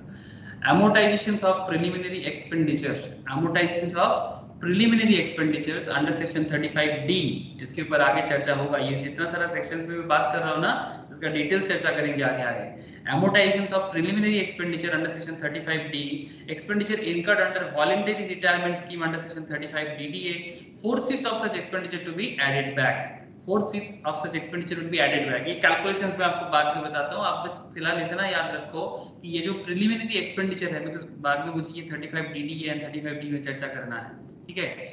तो मैं बस इतना कहना चाहता हूँ कि आप इतना याद रखो करेंटली कि अगर कोई प्रिलिमिनरी एक्सपेंडिचर बिजनेस करने के पहले का खर्चा कुछ है, ठीक है, वो खर्चा अगर आप बिजनेस करने से पहले करते हो और उसको आप प्रॉफिट एंड लॉस अकाउंट में दिखाते हो ना, तो ऐसा खर्चा आपको अलाउड नहीं करता है, ठीक है। अमोर्टाइजेशन ऑफ प्रिलिमिनरी एक्सपेंडिचर जो रिसर्च एंड डेवलपमेंट वगैरह में होता है, ऐसा खर्चा आप डायरेक्टली बिजनेस पे पूरा का पूरा अमाउंट लेस नहीं कर सकते। हाँ, कुछ अलग बाइफर्केशंस है, कुछ एग्जेम्पशंस मिलता है, वो बाद में बताऊंगा, लेकिन आप पीएल में नहीं दिखा सकते। आप पीएल में ऐसे खर्चा नहीं दिखा सकते। कुछ एरिया है 35D 35DDA का कि बाद में उसमें 100% एग्जेम्पशंस वगैरह मिल जाता है, वो मैं लेटर पार्ट ऑफ क्लास में हम लोग डिस्कस करेंगे जितना आगे आगे क्लास बढ़ता जाएगा। But preliminary expenditure profit and loss account में डिसअलाउड है, ऐसा खर्चा आप नॉर्मली नहीं दिखा सकते। इसीलिए बोलते हैं कि अमोर्टाइजेशन क्या होता है सर? डेप्रिसिएशन का उल्ट, मतलब जैसे एसेट्स का क्या होता है, डेप्रिसिएशन होता है ना।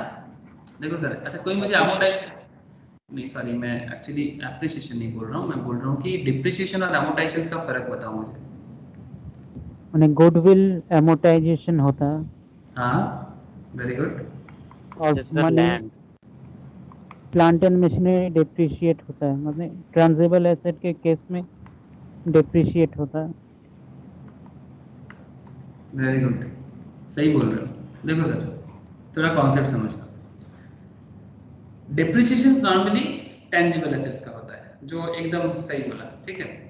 टेंजिबल एसेट्स का डेप्रिसिएशन नहीं होगा, जैसे कि बिल्डिंग का, मशीन्स का, ठीक है, प्लांट्स का डेप्रिसिएशन नहीं होगा। डेप्रिसिएशन हमारे यहाँ पर बहुत वाइटल है, बिजनेस एंड प्रोफेशंस में डेप्रिसिएशन बहुत वाइटल माना जाता है। इसके ऊपर एक पूरा डिटेल्स चर्चा, इवन डायरेक्ट डेप्रिसिएशन का सवाल पूछता है एग्जाम में, सो रेडी रहना।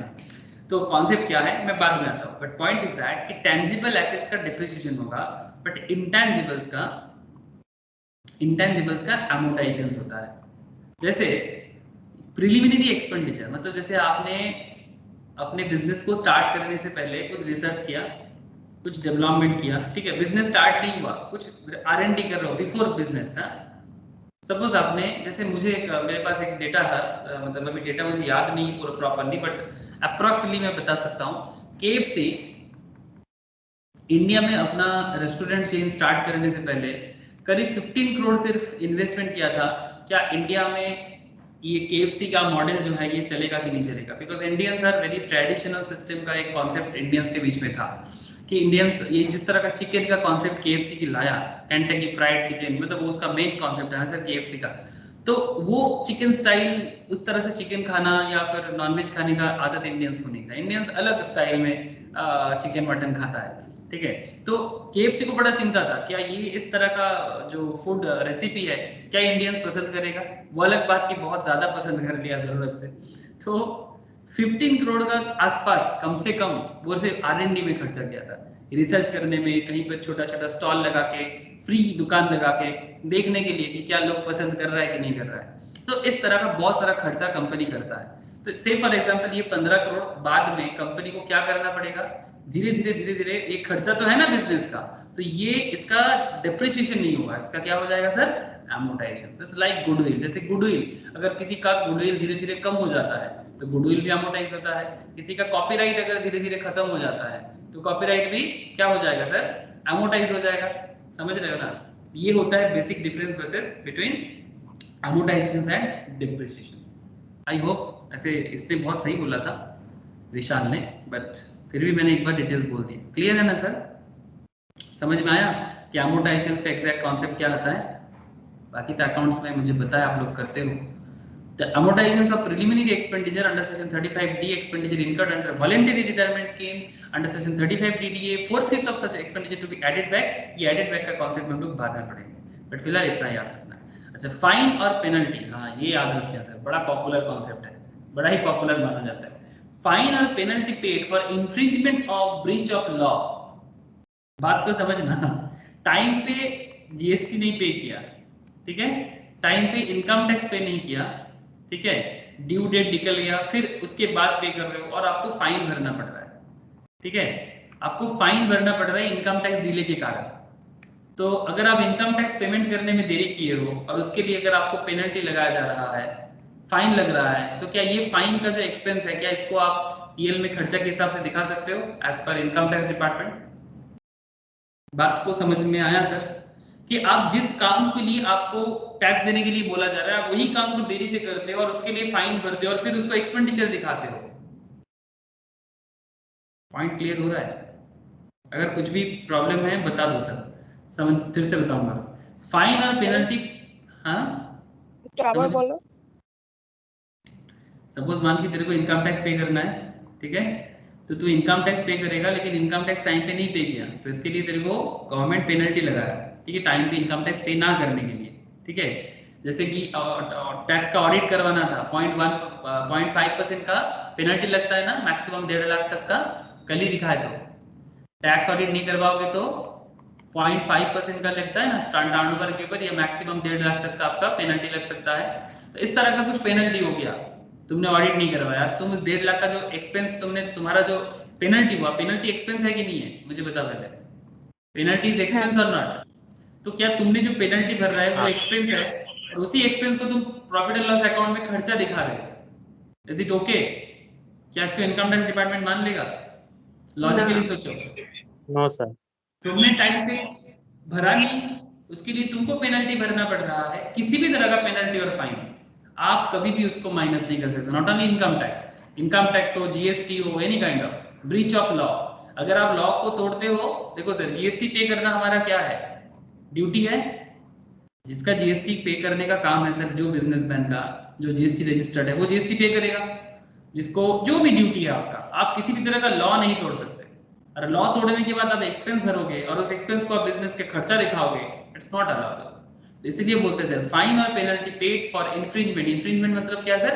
वायोलेशन। इन्फ्रिंजमेंट मतलब वायोलेशन, ठीक है, रूल तोड़ रहे हो। However, penalty in nature of damages for delay in completion of contract being compensatory in nature is allowable. ध्यान से सुनना sir, penalty in nature of damages for delay in completion of a contract. Suppose किसी ने एक contract लिया था और contract को टाइम पे कंप्लीट नहीं कर पाया, उसके लिए उसको पेनल्टी भरना पड़ा, तो ये कंपेंसेटरी इन नेचर है और ये अलाउबल खर्चा है। आप लोग कॉन्ट्रैक्ट कॉस्टिंग पढ़े हो सर अभी तक किसी ने, या फिर बात? हाँ सर। सर स्क्रीन नहीं दिख रहा है, नहीं दिख रहा? रुक गया। कब से? कब से सर 2-3 मिनट हो गया। बोला नहीं? क्या सबको ऐसा ही हो रहा है क्या? स्क्रीन नहीं दिख रहा है क्या? No sir. जियाउल सर वो जो चार्ट था वो नहीं दिख रहा है, चार्ट ब्लैक स्क्रीन दिख रहा था। अब देख, मुझे लग रहा है तेरा नेटवर्क इश्यूज हुआ है थोड़ा, तेरे वहां पर नेटवर्क इश्यूज हुआ है। फिर से ज्वाइन कर रहा था। हाँ फिर से ज्वाइन कर। सबको दिख रहा है ना स्क्रीन प्रॉपर्ली? है सर। हाँ यस सर। सर। है सर।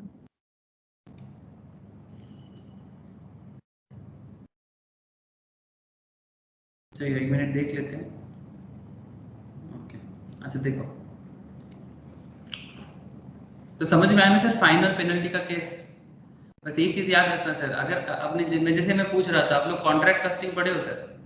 कॉन्ट्रैक्ट में क्या होता है कि अगर कोई किसी का बिजनेस का कोई कॉन्ट्रैक्ट लेता है, सपोज मानो कि आपके घर में या फिर आपकी बिजनेस है एक, ठीक है, इस बिजनेस में, जैसे मैं रिलायंस का ही बोल रहा था, सपोज चलो रिलायंस, आपके घर छोड़ो, रिलायंस का बिजनेस के लिए ये सब बनाने के लिए किसी ने कॉन्ट्रैक्ट लिया, ठीक है, ले ही सकता है ना, ऐसे कॉन्ट्रैक्ट तो लेता रहता है, ठीक है, कोई ना कोई कॉन्ट्रैक्टर आके ये सब मशीन्स को इंस्टॉल वगैरह करता है। तो ये बड़े बड़े प्लांट्स को इंस्टॉल किया रिलायंस के बिजनेस में आके, तो एक पर्टिकुलर टाइम के अंदर इसको ये बोला था कि मैं इंस्टॉल करके दूंगा, लेकिन वो टाइम पे नहीं कर पाया, तो उसके लिए उसको मार्केट में पेनल्टी लग गया, या फिर ज्यादा खर्चा हो गया, या फिर जिस बिजनेस का कर रहा था वो पेनल्टी लगा दिया। तो ये एक्चुअली इसका पर्टिकुलर कॉन्ट्रैक्ट के लिए हुआ है, मतलब ये कोई लॉ को ब्रीच किया है क्या? हाँ सर, अगर किसी कॉन्ट्रैक्टर ने अपना काम को नहीं कर पाया, ठीक है, कॉन्ट्रैक्टर ने टाइम पे काम नहीं कर पाया, उसके लिए उसको पेनल्टी लगा, कॉन्ट्रैक्टर को पेनल्टी लगा, I am just asking you कि एक कॉन्ट्रैक्टर अगर टाइम पे काम नहीं कर पाया तो क्या वो लॉ को ब्रीच किया है? No sir. लॉ को ब्रीच नहीं किया, वो अपना काम को टाइम पे नहीं कर पाया, डिले हुआ है, इसके लिए पेनल्टी भरा उसमें। तो इस तरह का खर्चा को बिजनेस एक्सपेंस बोल सकते हैं ना? ये सर नो, आपने काम देरी करके इसको बोल सकते हैं ना आराम से। तो इसीलिए लॉजिकल है एकदम। फाइन और penalty paid for infringement of breach of law not allowed, but penalty in the nature of damages for delay in completion of a contract being compensated in nature is allowed. ऐसा cases में वो allowed होता है, याद रखिएगा sir, logic से चलना पड़ेगा। All expense related to income which is not taxable under this head, for example municipal tax in respect of residential house property, जो एक्चुअली इस हेड का ही नहीं है, मतलब जो ये एग्जांपल है, मतलब जो बिजनेस हेड का एक्सपेंस है ही नहीं, ठीक है। जैसे कि लास्ट क्वेश्चन में मैंने ये दिखा था, म्यूनिसिपल टैक्सेस का एक कॉन्सेप्ट दिया था। तो म्यूनिसिपल टैक्सेस हाउस प्रॉपर्टी का पे करने का कॉन्सेप्ट हाउस प्रॉपर्टी हेड में जाता है, वो बिजनेस में क्या कर रहा है, तो आप बिजनेस में इसका खर्चा को नहीं शो कर सकते as per income tax, as per income tax, ठीक है। तो ये डिसअलाउड हो जाएगा, ठीक है, disallowed. Any sum paid by the assessee as an employer, any sum paid by the assessee as an employer by way of contribution to pension scheme under section 80 CCD exceeding 10% of the salary of the employee, ये भी disallowed करता है। Any sum paid by the assessee as an employer, अगर आप as an employer किसी को payment कर रहे हो तो कंट्रीब्यूशन ऑफ पेंशन स्कीम में दे रहे हो as per under section 80 CCD, बाद में चर्चा होगा डिडक्शंस का। 80 सी से लेके 80 यू का एक बड़ा डिटेल्स है सर, 80 सी से लेके 80 यू का एक बड़ा डिटेल्स है, वहां पर फिर से इसके अच्छे चर्चा करेंगे। बट फिलहाल इतना जान के रखो कि अगर कोई एम्प्लॉयर पेंशन स्कीम में पेमेंट कर रहा है, अगर कोई एम्प्लॉयर पेंशन स्कीम में कोई पेमेंट कर रहा है, किसके लिए, अपने एम्प्लॉय के लिए, पेंशन स्कीम में वो पेमेंट कर रहा है अपने एम्प्लॉय के लिए, contribution to pension scheme under section 80 CCD exceeding 10% of the salary of the employee, अगर एम्प्लॉय की सैलरी से 10% से ज्यादा अमाउंट है तो वो अमाउंट का खर्चा भी क्या हो जाएगा, डिसअलाउड हो जाएगा, ठीक है सर। ये एक मोटा मोटी जितना आपको आइडिया होना चाहिए ऐड का, और भी ऐड का कुछ डिटेल्स है, बट ये था एक्सपेंडिचर डिसअलाउड। इस तरह का एक्सपेंडिचर, ये जो आपको अभी जितना सारा बुलेट आपने देखा, ये सारा का सारा क्या था, एक्सपेंडिचर डिसअलाउड। इस ये तेरा प्रॉब्लम ठीक हुआ जियाउल, दिख रहा है क्या स्क्रीन? सर ब्लैक ही आ रहा है स्क्रीन पूरा। इतना प्रॉब्लम क्यों है तेरा? नॉर्मली तो ठीक हो जाना चाहिए, लग रहा है नेटवर्क का कुछ ज्यादा ही इशू चल रहा है तेरा, वहां पर फ्लक्चुएट कर गया। स्क्रीन पूरा ब्लैक दिख रहा है, बाकी लोगों को नहीं है स्क्रीन पे कुछ दिखाई नहीं दे रहा है। हाँ आया आया, अच्छा ठीक है ठीक है, ठीक हो जाएगा, ठीक हो जाएगा, ठीक है ठीक है। मैं बाद में क्लास शेयर कर दूंगा, अगर जो पार्ट मिस हो जाएगा ना बाद में ले लेना। अच्छा सर, समझ में आया कि नहीं आया बोलो? एडिशंस का एरिया समझ में आया? Expenditure disallowed, please tell me sir. Expenditure disallowed जो पीएल में क्या कर देना चाहिए, ऐड बैक कर देना चाहिए। एक्सपेंडिचर डिसअलाउड को क्या कर देना चाहिए सर, ऐड बैक कर देना चाहिए। समझ में आया कि नहीं आया बोलना प्लीज।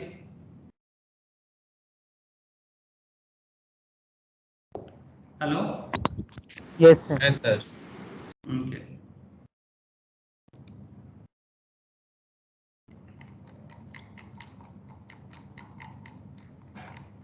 नेक्स्ट कुछ लेस कारण देख लेते हैं, क्या क्या अमाउंट लेस कर देना चाहिए। Expenditure allowable as deductions but not debited to statement of PL. Expenditure allowable as deductions but not debited to statement of PL, मतलब आपको एक्चुअली इसको एक्सपेंस, मतलब एक्सपेंस को अलाउ करना चाहिए था। ध्यान से सुनना, ये वाला पॉइंट मैं कल डिस्कस नहीं किया था क्वेश्चंस पे। मतलब आपको एक्सपेंडिचर सिर्फ डिप्रिसिएशन के बारे में किया था, बाकी कुछ नहीं किया था। एक्सपेंडिचर अलाउबल एज डिडक्शंस, जैसे कि इनकम टैक्स डिपार्टमेंट अपना डिप्रिसिएशन अमाउंट बोला था, उसको हम लोगों ने लेस किया कि नहीं किया? हाँ sir, income tax department as per rule 5 1962 depreciation के बारे में क्वेश्चंस में गिवन किया करके रखा था। तो क्या कल के क्वेश्चंस में हम लोग इनकम टैक्स वाले का जो डिप्रिसिएशन था उसको डिसअलाउड किया? हेलो, ये देखो sir, depreciation as per income tax act 2,50,000 less हुआ कि नहीं हुआ सर? ये एक्चुअली अलाउबल एक्सपेंडिचर है ना, दैट्स व्हाई। तो इसी तरह का, तो कल के क्वेश्चन में सिर्फ डिप्रिसिएशन एक ऐसा आइटम था जिसको हम लोगों को लेस करना चाहिए था, जो एक्चुअली हम लोग एक्सपेंडिचर अलाउड में आता है बट हम लोगों ने नहीं किया था। ठीक है, तो इसी तरह का और भी कुछ आइटम है जो एक्चुअली अलाउड एक्सपेंडिचर है बट उसको पीएल में डेबिट नहीं किया गया है, तो क्या कर देंगे, डेबिट कर देंगे। डेबिट कर देंगे मतलब लेस कर देना चाहिए।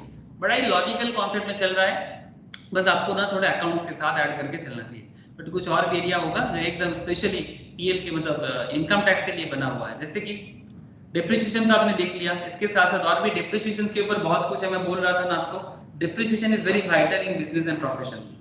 एडिशनल डिप्रिसिएशन के कॉन्सेप्ट आएगा, I will deal in details later classes में होगा sir. Additional depreciation at the rate 20% of actual cost of raw material of new plant and machinery. Additional depreciation at the rate of 20%, याद रखिएगा sir ये rate very very important. Additional depreciation का rate ही है 20% का of actual cost of new plant and machinery acquired by an SSC engaged in the business of manufacture or production of any article or thing or generation or transmissions or distribution of power. Power distribution समझते हो? 10% of actual cost if put to use for less than 180 days in the year or acquisitions. Balance addition depreciations can be claimed in the next year, that is financial year 21-22. previous year 21-22. चलो sir थोड़ा सा आपको बताते हैं। 20% additional depreciation use कर सकते हैं हम लोग plant and machinery acquired by an assessee engaged in the business of manufacture और प्रोडक्शन ऑफ एनी आर्टिकल और थिंग और जनरेशन और transmission of distribution of power. 20% का एक्स्ट्रा डिप्रिसिएशन, एक्स्ट्रा जो डिप्रिसिएशन है as per block of assets. I will discuss sir block of assets, don't worry, उसमें आप लोगों को पता चल जाएगा कि किस एसेट में कितना डिप्रिसिएशन होता है एक्चुअली। ये डिप्रिसिएशन के लिए अकाउंट्स वाले जितना भी कुछ बोल दे, अल्टीमेटली इनकम टैक्स वाले का डिप्रिसिएशन को ही ज्यादा अहमियत मिलता है, बिकॉज उन्हीं के हिसाब से टैक्स का पेमेंट का सिस्टम होता है ना। तो ये डिप्रिसिएशन का रेट किसका कितना है, इसके बारे में तो आपको इनकम टैक्स का हिसाब देखना पड़ेगा, जो हम लोग सीखेंगे सर बीपी में ही सीखेंगे कि प्लांट मशीनरीज में, जैसे ये जो रिलायंस का प्लांट मशीनरीज में कितना अमाउंट का डिप्रिसिएशन होता है, फर्नीचर्स फिटिंग्स में कितना डिप्रिसिएशन होता है, बिल्डिंग्स का कितना होता है, गाड़ी का कितना होता है, सब बताएंगे सर, सब बताएंगे, वेट करो। लेकिन फिलहाल हम लोग क्या बात कर रहे हैं सर, पावर डिस्ट्रीब्यूशन के बारे में बात कर रहे थे सर। पावर डिस्ट्रीब्यूशन मतलब जहां पर पावर बनता है सर। पावर जनरेशन समझते हो? पावर जनरेशन क्या होता है बोलो तो सर, हेलो, पावर जनरेशन क्या होता है सर, बोलो ना, what is power generation? Electricity generation, ठीक है। जैसे कुछ कंपनीज का नाम बता दो सर। चलो सर मैं आपको बताता हूँ कंपनीज का नाम, जैसे कि कुछ फेमस कंपनी, अदानी पावर, नाम सुने हो सर? अदानी पावर, एनटीपीसी, नाम सुने होंगे, जरूर सुने होंगे। हाँ,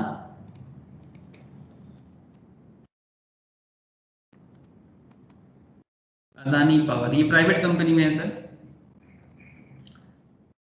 अदानी पावर, ठीक है। ये is a limited power business subsidiary of Indian conglomerate, Adani group का ही है, अहमदाबाद का है और पूरा northern specially western parts of India में and northern part of India में इनका पावर डिस्ट्रीब्यूशन का काम चलता है। जैसे अदानी पावर जैसे कंपनी या एनटीपीसी सरकार का भी है sir, NTPC national thermal power corporation, इस तरह का जो पावर जनरेशन यूनिट में काम करते हैं, ये अदानी पावर का फैक्ट्री है। आई होप आप देख पा रहे हो।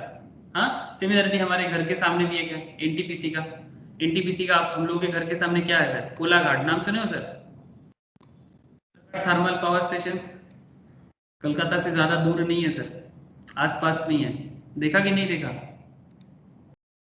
हाँ, ये कोलाघाट थर्मल पावर यूनिट, ठीक है, थर्मल पावर स्टेशन, ये एनटीपीसी के अंदर में आता है सर। इसका भी मार्केट में शेयर है, इसका सिर्फ कोलाघाट में, कोलकाता में ही नहीं सर, बहुत सारा जगह में है सर।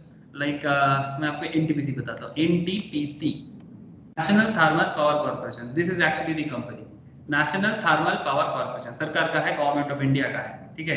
एनटीपीसी का शेयर का प्राइस खराब नहीं है, स्टेबल कंपनी है, 98 करके चल रहा है, लास्ट 5 दिनों में अप डाउन है, 6 महीने में सर, लास्ट 6 मंथ्स में स्टॉक प्राइस में इंक्रीमेंट है। चलो सर, स्टॉक शेयर में आपको क्यों बताते रहते हैं, बस आइडिया देने के लिए बिजनेस का। ओके, तो अगर आपका बिजनेस इस तरह का कोई पावर जनरेशन के ऊपर काम करते हैं, मतलब बेसिकली जिसमें सर एक चीज तो आप मानोगे ना, पावर जनरेटिंग यूनिट्स में क्या होता है, उसका मशीन्स पे डिप्रिसिएशन ज्यादा होगा, ये समझो। पावर जनरेटिंग मशीन्स का डिप्रिसिएशन ज्यादा होगा, ये समझो। हाँ सर, है सर। है ना, बिकॉज बहुत ज़्यादा मतलब पावर का यूज़ होता है, मतलब स्पेशली क्या बोले सर उसको, आग, हाँ मतलब बहुत ज़्यादा फायर का यूज़ होता है, बहुत ज़्यादा, ठीक है, मतलब जिसमें मशीन्स का, जो भी प्लांट्स एंड मशीन्स है, उसका लाइफ ड्यूरेशन जो है वो बहुत जल्दी खत्म हो सकता है, ठीक है, एक एक यूनिट का लाइफ है सर वो बहुत जल्दी खत्म हो सकता है, ये आप देख सकते हो, ठीक है, इस तरह का होता है, इसमें यूनिट बोलते हैं सर, एक एक यूनिट बोला जाता है इसको। कोलाघाट में ऐसे 6 यूनिट है मैं जितना जानता हूँ, ठीक है, जिसके ऊपर डिपेंड करके आधा से ज्यादा वेस्ट बंगाल को इलेक्ट्रिसिटी मिलता है, more than 50% area of West Bengal को सिर्फ कोलाघाट से मिलता है। इसी तरह से इनका भी अपना, ये देखो कहाँ कहाँ है देख पा रहे सर, गुजरात मुंद्रा, तिरोदा महाराष्ट्र, उडुपी कर्नाटका, कवाई राजस्थान है, बिट्टा गुजरात, ये सोलर पावर है, वो ग्रीन पावर के अंदर आ जाएगा, कोई बात नहीं, समझ रहे हो आप लोग, ठीक है। चलिए सर, बहुत कुछ बोलना है। अच्छा, एक बात यहाँ पर ध्यान रखना पड़ेगा सर आप लोगों को, बाद में जब और क्वेश्चन सॉल्व करेंगे ना, जस्ट आपको रिमेंबर रखना पड़ेगा कि ऐसे तो एडिशनल डिप्रिसिएशन 20% है cost of new plant and machinery जो एक्वायर किया है, लेकिन अगर मान लो कि कोई मशीन अगर 6 महीना यूज होता है, दिन के हिसाब से 180 दिन के हिसाब से ही होता है, महीने के हिसाब से बताता नहीं है, पर फिर भी 180 डेज का अगर मशीन का यूज है तो फिर डिप्रिसिएशन रेट एडिशनल कितना माना जाएगा, जिस ईयर में 6 महीना यूज हुआ है, सपोज मानो 2019-20 में, 2020-21 में मशीन 6 मंथ्स यूज हुआ है, तो 2021 में अगर 6 मंथ्स यूज हुआ है तो मशीन पे कितना डिप्रिसिएशन एडिशनल लगाएंगे सर, 10%। तो सर बाकी 10% कब लगाएंगे, बाकी 10% मशीन तो यूज होते जाएगा ना, बाकी 10% हम लोग नेक्स्ट प्रीवियस ईयर में लगाएंगे, 21-22 में, देख पा रहे sir, balance additional depreciation can be claimed in the next year, that is previous year 21-22, तो मतलब नेक्स्ट ईयर में लगाएंगे, ठीक है। तो इस तरह से हम लोग एक साल के हिसाब से अगर कोई मशीन 6 महीना यूज होता है तो उसका 10% और बाकी 10% का क्लेम रहेगा नेक्स्ट प्रीवियस ईयर में। बात समझ में आया कि नहीं आया? एडिशनल डिप्रिसिएशन का यूज, एडिशनल डिप्रिसिएशन का यूज समझ में आया कि नहीं आया, बोलो ना सर।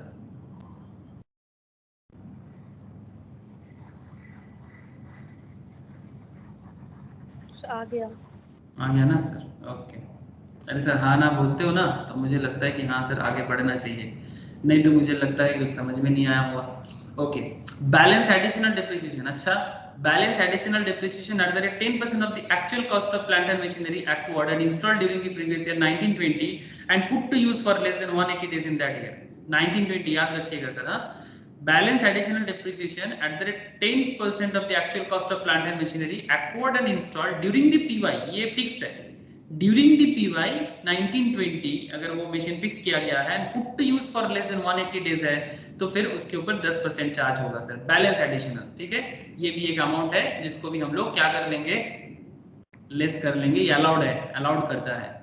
अच्छा, और भी कुछ पॉइंट है, balance additional depreciation at the rate 17.5%, 17.5 क्यों, मैं आपको आगे बताता हूँ, of actual cost of plant and machinery acquired and installed during the previous year 1920 and put to use less than 180 days in that year if the manufacturing undertaking is set up in not notified backward areas in the states of Andhra Pradesh, Bihar, Telangana, West Bengal on or after 1/4/2015। याद रखिएगा sir, you have to know this, actually ये rate total में 35% है, ये और additional depreciation है notified area के लिए। ये जो बैलेंस एडिशनल डिप्रिसिएशन बोल रहे हैं ना 17.5%, एक्चुअली टोटल अमाउंट है 35%। मैं इसका डिटेल्स डिस्कशंस बाद में करूंगा, बट फिलहाल आपको मैं ये जो बता रहा था ना 180 डेज के लिए बता रहे हैं, 180 दिन के लिए। अगर balance additional depreciation 17.5% of actual cost of plant and machinery acquired and installed during the previous year 1920 and put to use for less than 180 days in that year if the manufacturing undertaking is set up in notified backward area, not all the backward area, notified backward area in the states of Andhra Pradesh, in the states of Bihar, in the states of Telangana and in the states of West Bengal as per central government rules, on or after 1/4/2015 के बाद होना चाहिए। और हमारे यहाँ पर अगर वो मशीन्स का इंस्टॉलेशन प्रीवियस ईयर 1920 में हुआ है और 2021 में वो सिर्फ 180 डेज का यूज हुआ है तो उस मशीन पे 17.5% का लगेगा। ये एकदम करेंट डेटा बता रहा हूँ मैं आपको, 17.5% लगेगा। एक्चुअल पूरा रेट है 35% का, बट जिसका चर्चा मैं अभी नहीं कर रहा हूँ, बट बाद में इसका डिस्कशन करूंगा। तो ये है बैलेंस एडिशनल डिप्रिसिएशन जब बैकवर्ड एरिया में रहेगा। तो ये था डिप्रिसिएशन का कुछ स्पेशल एरियाज, ठीक है, जो क्या कर देना चाहिए सर, ये सारा का सारा एक्सपेंडिचर क्या हो गया, हम लोग सिर्फ नॉर्मल डिप्रिसिएशन सुने थे, बट यहाँ पर तो डिप्रिसिएशन का बाजार लग गया सर। हाँ, नॉर्मल डिप्रिसिएशन छोड़ो, डिप्रिसिएशन का बाजार लग गया, बिकॉज बड़े बड़े मशीन्स फैक्ट्रीज के लिए अलग अलग रूल्स बना हुआ है जो हमें जानना चाहिए। तो वही एक्चुअली डिप्रिसिएशन लेस हम लोगों ने करके दिखाया, ठीक है। तो ये अमाउंट तो लेस क्यों होगा आपको समझ में आ गया।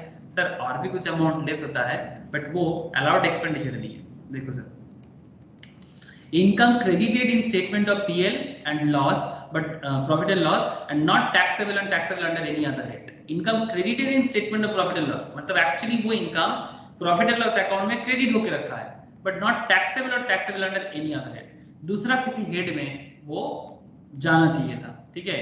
Income credited in statement of PL and but not taxable or taxable under any other head, जैसे कि डिविडेंड इनकम किस हेड में जाना चाहिए सर। मतलब बेसिकली ये वही वाला पॉइंट है जो हम लोग कल वाला क्वेश्चंस में पढ़े थे। क्या वाला पॉइंट था सर?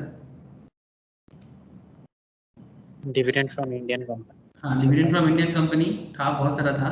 मैं बस इतना पूछ रहा हूँ कि ये कॉन्सेप्ट जो है वो ये क्वेश्चंस के अंदर ये जो लाइन जो हम लोग लिखे थे, income chargeable under other head or exempted, income chargeable under other head or exempted, this is the point. Income chargeable under the other head or exempted, यही वाला पॉइंट पे एक्चुअली करंट डिस्कशन चल रहा है। जो दूसरा किसी हेड में एक्चुअली उसका चार्ज होना चाहिए, जो टैक्सेबल वहां पर नहीं हुआ है, कोई बात नहीं, तो इधर यहाँ पर क्या कर रहा है, जो बिजनेस का है नहीं उसको बिजनेस पे नहीं दिखाना चाहिए। डिविडेंड का इनकम आपका बिजनेस का इनकम नहीं है सर, डिविडेंड का इनकम आपका बिजनेस का इनकम नहीं है, तो आप इसको बिजनेस पे नहीं शो कर सकते, ठीक है। इसीलिए इसको यहाँ से लेस कर देना चाहिए। Agriculture income section 10 subsection 1 exempted है। जिन लोगों का एग्रीकल्चर इनकम हो गया है वो तो पूरा समझ रहे हो, और जिनका एग्रीकल्चर अभी तक हुआ नहीं है बाद में पड़ेगा, बट इतना जान के रख लो सर, जिनका नहीं हुआ है, इस सेक्शन 10 सबसेक्शन 1 में एग्रीकल्चर इनकम एग्जेम्प्टेड होता है। बट एग्रीकल्चर इनकम का रूल ऑफ पार्शियल इंटीग्रेशन का एक कॉन्सेप्ट है, जिन्होंने किया उनको पता है, जिन्होंने नहीं किया वो बाद में करेगा एग्रीकल्चर, और इसमें भी हम लोग करेंगे। मजा का बात यही है, बिजनेस एंड प्रोफेशंस के साथ एग्रीकल्चर का बहुत बड़ा रिश्ता है। जैसे कि कॉफी, रबर, टी, इस तरह का कुछ प्रोडक्ट्स है जिसको एग्रीकल्चर और बिजनेस दोनों माना जाता है।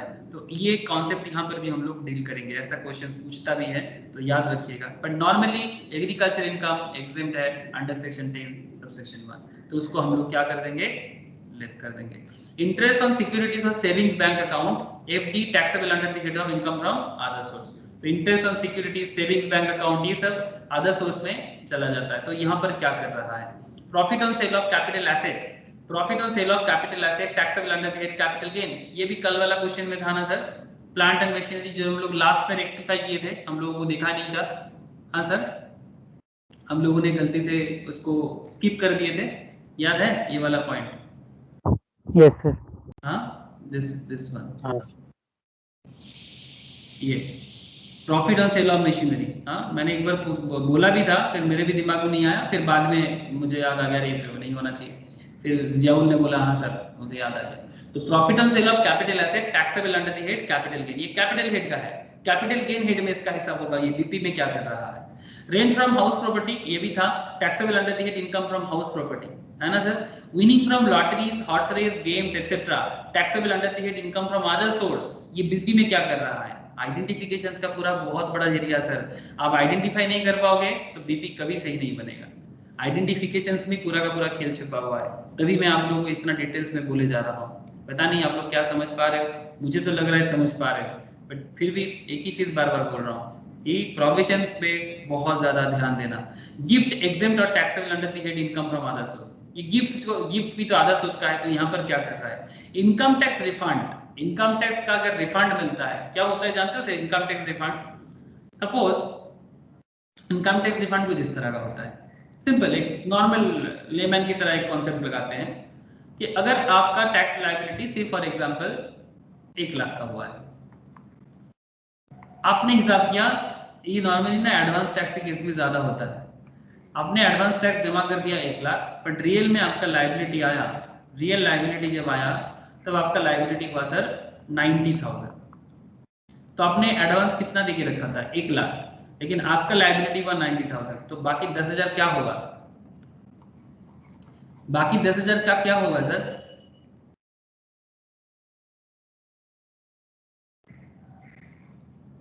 $10,000 रिफंड हो जाएगा, जिसको आप अपना खर्चा मान लिए थे वो आपका इनकम हो गया, फिर से गेन हो गया। तो इस तरह का गेन को कहाँ लिया जाता है, अदर सोर्स इनकम में काउंट किया जाता है। तो ये इनकम टैक्स का जो रिफंड आएगा उसको भी आप यहाँ पर लेस नहीं कर सकते, इनकम टैक्स रिफंड को भी आप लेस नहीं कर सकते, इसलिए सिंपल बता रहा है कि वो भी लेस कर दो, ठीक है। इसलिए इंटरेस्ट और इनकम टैक्स रिफंड, अच्छा अगर इनकम टैक्स रिफंड में आपको इंटरेस्ट में मिलता है वो भी अदर सोर्स का इनकम होना चाहिए, वो भी यहाँ पर कुछ काम नहीं करेगा सर, ठीक है। अगर आपको रिफंड के ऊपर इंटरेस्ट देता है इनकम टैक्स डिपार्टमेंट, वो इनकम भी आपका अदर सोर्स में जाएगा, उसको भी यहाँ पर कुछ नहीं कर सकते, ठीक है। और ऐड और क्या होना चाहिए sir, income chargeable under this head or deemed income, income chargeable under this head or deemed income, मतलब जो एक्चुअली इसी हेड में आना चाहिए, या फिर मान लेंगे कि ये बिजनेस का ही इनकम है। बात को ध्यान से समझना, इनकम इसी हेड में चार्ज होना चाहिए या फिर मान लेंगे कि इसी हेड का है बट चार्ज नहीं किया गया है। Salary remuneration interest received by A partner from the firm to the extent the same is deductible in the hands of the firm as per section 40 subsection B. Bad debt allowed as deduction under section 36 subsection 1 clause 7, bad debt allowed as deductions as per under section 36 subsection 1 clause 7 in an earlier previous year now recovered। मतलब bad debt पहले हो गया था, आपने सोचा था bad debt हो गया, लेकिन अभी bad debt recover हो गया। मतलब कोई आपका 1 लाख मार के चला गया था, आपने लगा था कि 1 लाख नहीं मिलेगा, फिर बाद में 1 लाख मिल गया, तो क्या करेंगे सर, इसको डीम्ड मान लेंगे ना। हेलो, बैड डेट रिकवर हो गया तो क्या करेंगे, डीम्ड इनकम मानेंगे ना, तो मेरा ही इनकम है तो उसको भी ऐड कर देना चाहिए। वो बाद में पता चलता है ना, जब हम लोग अकाउंट्स के एडजस्ट करते हैं ना, तब समझ में आ जाता है। तो इनकम टैक्स डिपार्टमेंट उस तरह का इनकम को छोड़ेगा नहीं सर। रेमिशंस और सीजेशन ऑफ ट्रेडिंग लायबिलिटी, रेमिशंस और सीजेशन ऑफ ट्रेडिंग लायबिलिटी मतलब अगर आप अपना बिजनेस को कहीं पर छोड़ रहे हो और उसके बदले कोई इनकम कर रहे हो, ठीक है, कुछ बिजनेस किसी को दे रहे हो और उसके बदले आपको कुछ अर्निंग हो रहा है, तो रेमिशंस और सीजेशंस ऑफ ट्रेडिंग लायबिलिटी इसको भी डीम्ड इनकम माना जाता है 41 सबसेक्शन 1 पे। मैं इसका डिटेल्स चर्चा बाद में एक बार करूंगा आप लोगों के साथ, ठीक है। ये जो इनकम आपका हो सकता है, ये सब इनकम आपको जोड़ना पड़ेगा, जो खर्चा आपका होना चाहिए वो खर्चा आपको लेस करना पड़ेगा, और जो एरिया आपको जैसे कि इस हेड का नहीं है वो सब हेड का इनकम को आपको लेस करना पड़ेगा। ये सारा का सारा एडजस्टमेंट करने के बाद आप क्या बोलोगे सर, जैसे यहाँ पर सर ऐड लेस को फ्लैक्चुएटली किया गया है, आप अपने हिसाब से ऐड लेस कर सकते हो, बस हेडिंग को सही रखना है, ठीक है। आप अपने हिसाब से ऐड लेस कर सकते हो, पहले लेस करो बाद में ऐड करो, नो प्रॉब्लम, उसका कोई हार्ड एंड फास्ट रूल नहीं है, ठीक है। आप बाद में लेस करो, पहले ऐड करो, या पहले ऐड करो बाद में लेस करो, जो मर्जी करो, बट आपका हेडिंग सही होना जरूरी है सर। ये जो हेडिंग है ना, कब के कौन सा चीज ऐड कर रहे हो और कौन सा चीज आप लेस कर रहे हो, ये सही करो और फिर रेक्टिफाई करो प्रॉफिट एंड लॉस अकाउंट को। तो इसके हिसाब से अगर देखा जाए, ए के साथ बी को क्या किया था, ए प्लस बी करके सी अमाउंट आया था, ए प्लस बी करके सी अमाउंट आया है, सी के साथ सी से डी को लेस करके हमें ई मिला है, और ई से एफ को लेस करके हमें जी मिला है, और जी के साथ एच को ऐड करके हमें आई मिला है, और जो एक्चुअली मेरा क्या बन गया sir, profits and gains from business और प्रोफेशन। प्रोफार्मा क्लियर हुआ सर? बाकी कुछ पॉइंट इधर उधर हो सकता है जो शायद और भी क्वेश्चंस करने के टाइम पे आएगा, जैसे कि वो, हाँ बोलो सर। तो लास्ट वाला थोड़ा समझाइएगा, समझ नहीं आया, वो जो रेमिशन और सेसेशन है क्या है? बेसिकली ट्रेडिंग लायबिलिटी सीजेशंस मतलब क्या, जब आपका कोई सपोज मानो कि आप कोई बिजनेस छोड़ रहे हो, तो बदले में आपको कोई इनकम हो रहा है, ठीक है, ये मैं नहीं करूंगा, मुझे उसके बदले तुम कुछ पैसा दे दो, काइंड ऑफ दैट, ठीक है, या फिर आप रेमिट कर दे रहे हो, ट्रेडिंग लायबिलिटी सीज कर रहे हो आप, ठीक है।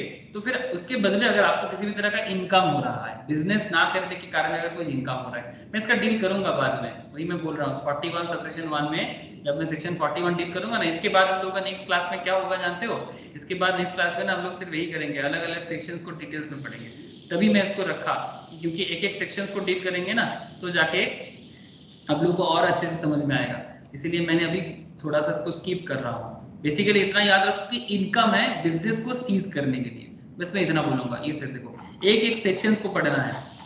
बीपी में पहले सेक्शंस को उतना क्लियरिटी करना बहुत जरूरी है। पहले एक एक सेक्शंस कंप्लीट कर ले, उसके बाद मैं आप लोगों को बताता हूँ।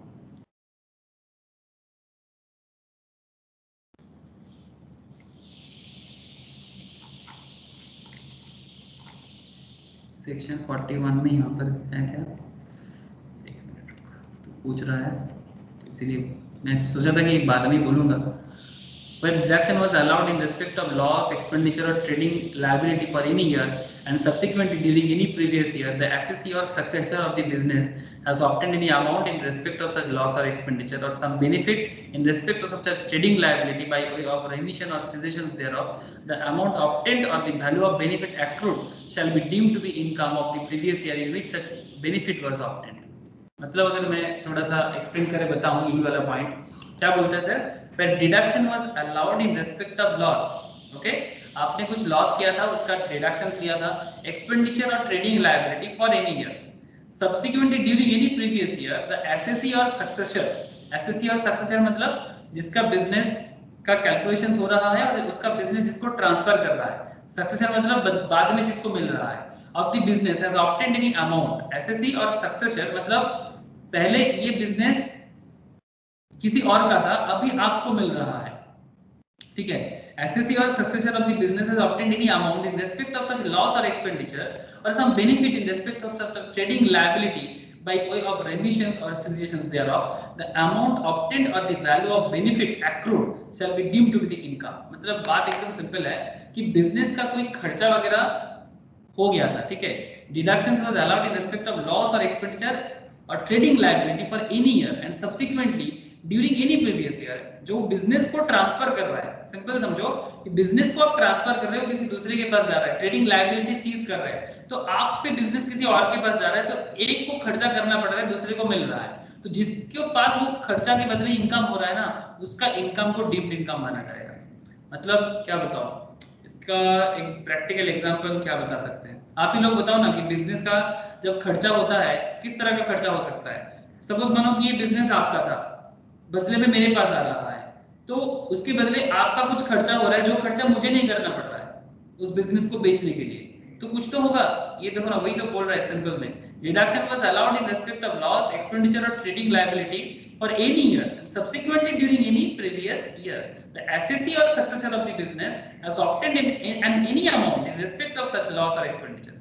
अगर उस पर्टिकुलर लॉस और एक्सपेंडिचर के बदले आपको कुछ भी अमाउंट मिलता है और सम बेनिफिट, अगर कुछ बेनिफिट मिलता है क्योंकि वो बेनिफिट कोई और, वो खर्चा कोई और कर रहा है, आपको नहीं करना पड़ रहा है, तो वो जो खर्चा और इनकम आप किसी बिजनेस को ट्रांसफर के चक्कर में आपको मिल रहा है, उस बेनिफिट को डीम्ड इनकम मानते हैं। इस तरह का कोई इनकम अगर प्रीवियस ईयर में किसी का भी होता है ना, तो उस तरह का इनकम को क्या बोल सकते हैं सर, हम लोग ऐड कर देंगे, उसको डीम्ड इनकम मानेंगे, बिजनेस का इनकम मान के उसको ऐड कर देंगे।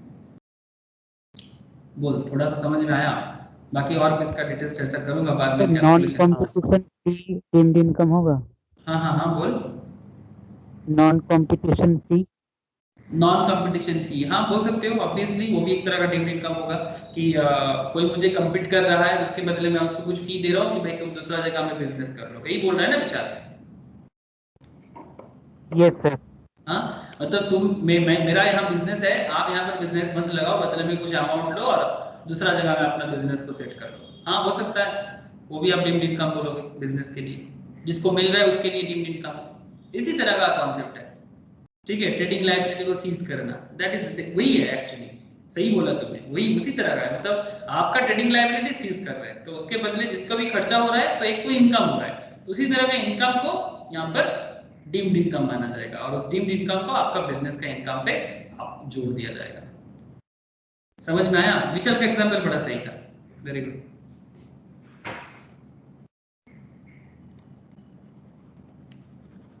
समझ में आ रहा है ना सर? बाकी मैं चर्चा करूंगा सर, एक एक सेक्शंस का चर्चा करना पड़ेगा, ठीक है। एस या वो बॉल हो जाएगा से एक तो लो, ठीक है। अभी एक एक करके सेक्शंस का चर्चा नेक्स्ट क्लास में करेंगे ना, मैं आज और नहीं करूंगा, नेक्स्ट क्लास में ही करूंगा। तो एक एक सेक्शन का डिटेल्स चर्चा करने के बाद फिर क्या करना है, फिर भरपूर सिर्फ क्वेश्चन की प्रैक्टिस करना है, जस्ट क्वेश्चन प्रैक्टिस करना है, लेकिन उससे पहले प्रोविजंस को एक बार गो थ्रू करना बहुत जरूरी। मैं आपके काम करूंगा, ये पूरा का पूरा नोट्स आप लोगों को शेयर कर दूंगा, ठीक है? तो आप लोग अपने हिसाब से ना एक बार घर पे पूरा का पूरा क्वेश्चन, मतलब जितना सारा प्रोविजंस है इसको एक बार गो थ्रू कीजिएगा। मैं आज ही शेयर करूंगा आप लोगों से।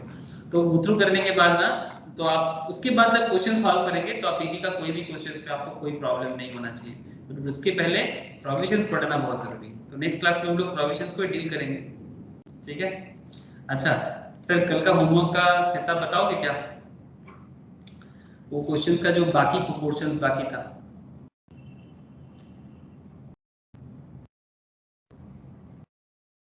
इसको क्या बोले थे सर? टोटल लायबिलिटी कैलकुलेट करने के लिए बोला गया था ना आप लोगों को, ट्राई किए थे क्या? सर 10,920 এসছে। Tax liability? हाँ सर। देखना पड़ेगा, हो सकता है, रुक देखते हैं क्या करना पड़ेगा इसको।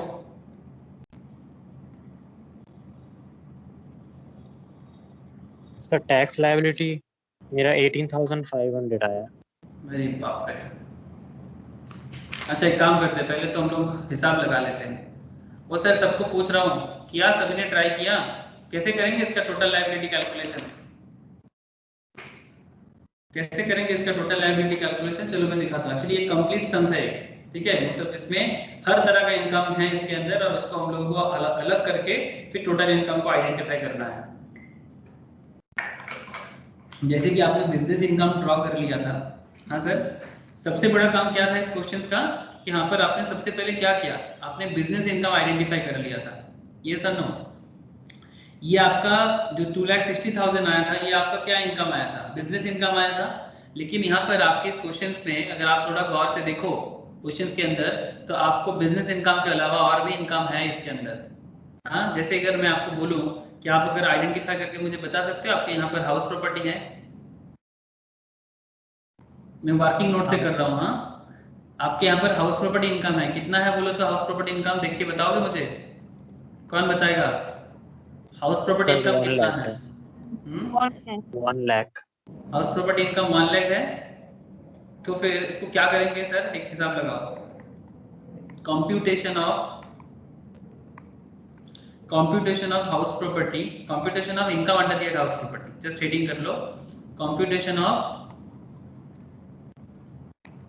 Income under the head house property. जिन लोगों का हाउस प्रॉपर्टी हो गया है उनको समझ में आ जाना चाहिए, जिनका नहीं हुआ है वो बाद में हाउस प्रॉपर्टी करेगा तो कनेक्शन और जुड़ जाएगा। लेकिन ये सर एक्चुअली कंप्लीट सम्स का एक कॉन्सेप्ट है कि टोटल कंप्लीशंस कैसे होता है कोई भी मतलब इनकम टैक्स कैलकुलेशंस का, जो कंप्लीट मतलब जिसमें हर तरह का हेड छुपा हुआ होता है, उसी के बारे में बात कर रहे हैं। Computation of income under the head house property, this is under /h ना, u/h क्या हो रहा है, u/h हाउस प्रॉपर्टी, ठीक है? Computation of income under the head house property. इसमें अगर आप देखो ध्यान से, एक पर्टिकुलर बनाओ और एक अमाउंट का कॉलम बनाओ। सर इतना डिटेल्स करना जरूरी है? Yes sir. अगर आप देखोगे कितना हाउस प्रॉपर्टी इनकम हुआ था, आप लोगों ने मुझे बोला 1 लाख हुआ था, क्वेश्चंस में गिवन था। कहाँ था हाउस प्रॉपर्टी इनकम? कहाँ गिवन था sir? Rent from house property ना, this one, hello, this is ना। हाँ सर। हाउस प्रॉपर्टी से हमें 1 लाख का रेंट मिला था, तो इसको हम क्या बोलेंगे? अगर कुछ नहीं बोला है ना तो यही जीएबी है मेरा। अगर कुछ नहीं बोला क्वेश्चंस, तो this is my GAB. Yes ना सर म्युनिसिपल टैक्स যেটা পেড করেছে, हाँ लेस कर देंगे। म्युनिसिपल टैक्स जो पे किया है ना वो लेस कर देंगे 20,000, 20,000 ना। हाँ सर। तो म्युनिसिपल टैक्स को भी लेस करो, तो क्या मिला हमें? एक ने भी, जिनको हाउस प्रॉपर्टी का कॉन्सेप्ट नहीं पता वो बाद में जब हाउस प्रॉपर्टी करेगा समझ जाएगा, पर इतना समझ के चलो अभी हाउस प्रॉपर्टी का डिटेल्स नहीं करेंगे, जस्ट ग्रॉस एनुअल वैल्यू कर रहे हैं, वहां से म्युनिसिपल टैक्स को लेस कर रहे हैं और हमें क्या मिल रहा है? नेट एनुअल वैल्यू, ठीक है? इसको जीएबी बोलते हैं, ठीक है? जीएबी कैलकुलेशन थोड़ा मुश्किल का है, बट जो लोग जानते हो ठीक है, जो नहीं जानते वो बाद में सीखेगा फिर से। तो लेस म्युनिसिपल टैक्स 20,000 और हमें क्या मिल गया एनएवी दैट इज 80,000 का, और यहां से हमें क्या लेस करना चाहिए sir? Standard deduction deductions eight the rate of 30%। Thank you sir. 80,000 का 30% कितना? 24,000। तो फिर income under the house property कितना हो गया? Income under the house property कितना हो गया सर? 56,000 है दादा। ठीक है, ये हाउस प्रॉपर्टी का वर्किंग नोट 1 हो गया सर। लेकिन और भी हेड्स है, हाउस प्रॉपर्टी 56,000 हो गया, जिनको ऐसा लग रहा है कि फिर जीएबी कहाँ से आ गया, म्युनिसिपल टैक्स तो आपको पता था। एक्चुअली इतना जान के चलो, जो इनकम होता है इसको कैलकुलेट करने का एक सिस्टम है जीएबी का। यहाँ पर सिंपल जीएबी आ गया, बट हाउस प्रॉपर्टी के अंदर जीएबी कैलकुलेट करने के लिए डिटेल्स क्वेश्चंस में, जब हाउस प्रॉपर्टी सीखोगे तब सीख जाओगे। जिनका नहीं हुआ है उसके लिए बोल रहा हूँ, और जिनका हो गया है वो तो जानते हो सर क्या करना होता है। ठीक है, ओके सर 56,000। अच्छा और भी होगा, और क्या होगा? वर्किंग नोट 2 सर, यहाँ पर कैपिटल गेन है सर? यस सर नोट 1 का एक बार दिख रहा है ना, लिख लो। प्रियतमा, प्रियतमा को बोलूंगा। प्रियतमा, आस्था, आस्था नहीं है शायद, उन लोगों को हाउस प्रॉपर्टी नहीं हुआ है। ठीक है, आप लोग हाउस प्रॉपर्टी बाद में जब सीखोगे तो मैं आपको सब कॉन्सेप्ट बताऊंगा।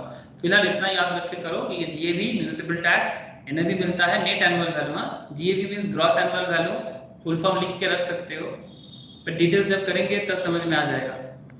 Gross annual value, NAB is net annual value. ठीक है, इस तरह से लिख लिए। प्रियतमा बोलो। हाँ sir. Okay, income from capital gain, ये इनकम टैक्स ना हर एक चैप्टर से कनेक्टेड है। ईच एंड एवरी चैप्टर, जब भी टोटल इनकम करने जाएंगे हर चैप्टर कनेक्टेड हो जाता है। Income from capital gain. अच्छा, क्या कैपिटल गेन हुआ है हमारे यहाँ पर? सर। पर्टिकुलर और amount. Profit on sale of machinery, profit on sale of machinery कितने का हुआ है रे? 1,50,000।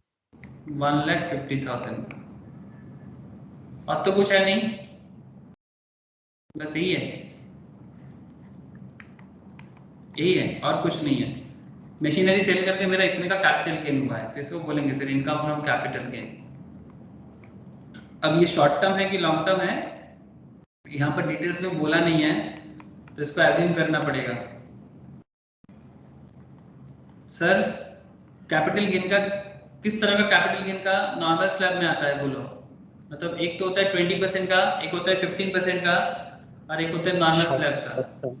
हाँ, शॉर्ट टर्म वाला नॉर्मल स्लैब में आता है। तो अगर मतलब ज्यादा झमेला नहीं करना है तो एज्यूम क्या कर लोगे? शॉर्ट टर्म और दिस सम। बाकी क्वेश्चंस में जैसा गिवन रहेगा अब वैसा ही करना। ठीक है, लॉन्ग टर्म करते तो फिर रेट अलग होता, तो फिर उसके लिए बाद में झमेला करना पड़ता। तो हम लोग इसको एज्यूम कर लिए शॉर्ट टर्म। ठीक है, क्योंकि ये नॉर्मल स्लैब में आता है। मैं आके बताता हूँ क्या नॉर्मल स्लैब का कॉन्सेप्ट है। नॉर्मल स्लैब मतलब जो इनकम टैक्स का टैक्स लायबिलिटी करने का सिस्टम है। अच्छा, और क्या सर अदर सोर्स का इनकम है?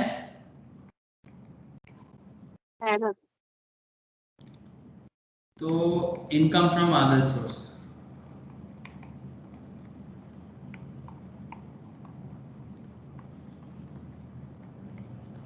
इनकम फ्रॉम अदर सोर्स के हेड में क्या क्या आ जाएगा सर? पर्टिकुलर करो, अमाउंट करो। ये सब शॉर्ट होगा बिकॉज इस क्वेश्चन का मेन एरिया बीपी था। अच्छा, बैंक इंटरेस्ट इनकम हुआ है ना हमारा? है दादा 20,000। अच्छा, डिविडेंड फ्रॉम इंडियन कंपनी भी है। Dividend from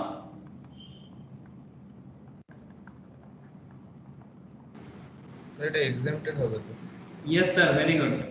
dividend from Indian company section double, section 10 subsection 34 সেকশনটা ভুলে গেছি sir. Exempted, so very popular section, तो याद रखिएगा। हाँ, हर सेक्शन याद रखने का जरूरत नहीं है, बट जो पॉपुलर है उसको जरूर याद रखिएगा। So bank interest 20,000 dividend from Indian company section 10 subsection 34 के हिसाब से क्या हो जाएगा सर? एग्जेम्प्टेड हो जाएगा। तो फिर आपका हिसाब क्या हो जाएगा? अच्छा, डिविडेंड फ्रॉम इंडियन कंपनी का अमाउंट कितना था? 30,000।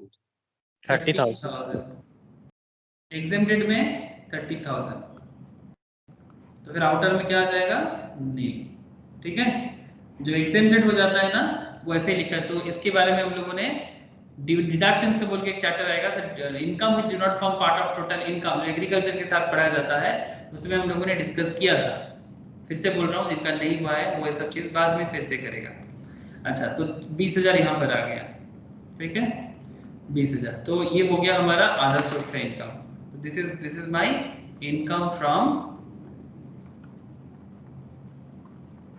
Other source. Okay, income from other source. ठीक है, और कुछ है सर वर्किंग्स में? और कुछ आएगा? अदर सोर्स, कैपिटल गेन और हाउस प्रॉपर्टी। सैलरी का कुछ है क्या? नहीं सर, सैलरी डिटेल्स कुछ ऐसे है नहीं। सैलरी क्यों होगा? सैलरी जो ये तो बिजनेस कर रहा है, इसको क्या सैलरी इनकम हुआ? इसका कोई सैलरी इनकम हुआ है क्या? No. No sir. नॉर्मली एक जनरल कॉन्सेप्ट है कि अगर कोई बिजनेस कर रहा है तो उसको सैलरी इनकम नहीं होता है, लेकिन जो बिजनेस करता है उसका कैपिटल इनकम भी हो सकता है, उसका अदर सोर्स इनकम भी हो सकता है। जो सैलरीड पर्सन है उसका अदर सोर्स इनकम भी हो सकता है, कैपिटल गेन इनकम भी हो सकता है। Business and salary hand to hand नहीं चलता है इन जनरल सर। एक साथ वो बिजनेस भी कर रहा है, एक साथ वो सैलरी भी मिल रहा है, ऐसा पॉसिबल नहीं है। बिकॉज ये नॉर्मली माना जाता है कि जो बंदा 10 से 5 बजे तक, 10 से 6 बजे तक अगर किसी जगह में जॉब करे तो फिर वो बिजनेस कब करेगा? समझ में आ रहा है ना? एक इंसान सुबह से 10 बजे से लेके शाम को 6-7 बजे तक एक जगह में अगर नौकरी करता है तो बिजनेस कब कर रहा है? तो इसीलिए तो कोई बोलेगा सर किसी और के नाम पे बिजनेस कर रहा है, तब तो वो उसका बिजनेस हुआ ना। जिसके नाम पे बिजनेस है एक्चुअली बिजनेस उसी का है। ये नॉर्मल परसेप्शन है सर, इसी परसेप्शन से बनता है। अब हेडिंग कर लो sir, statement of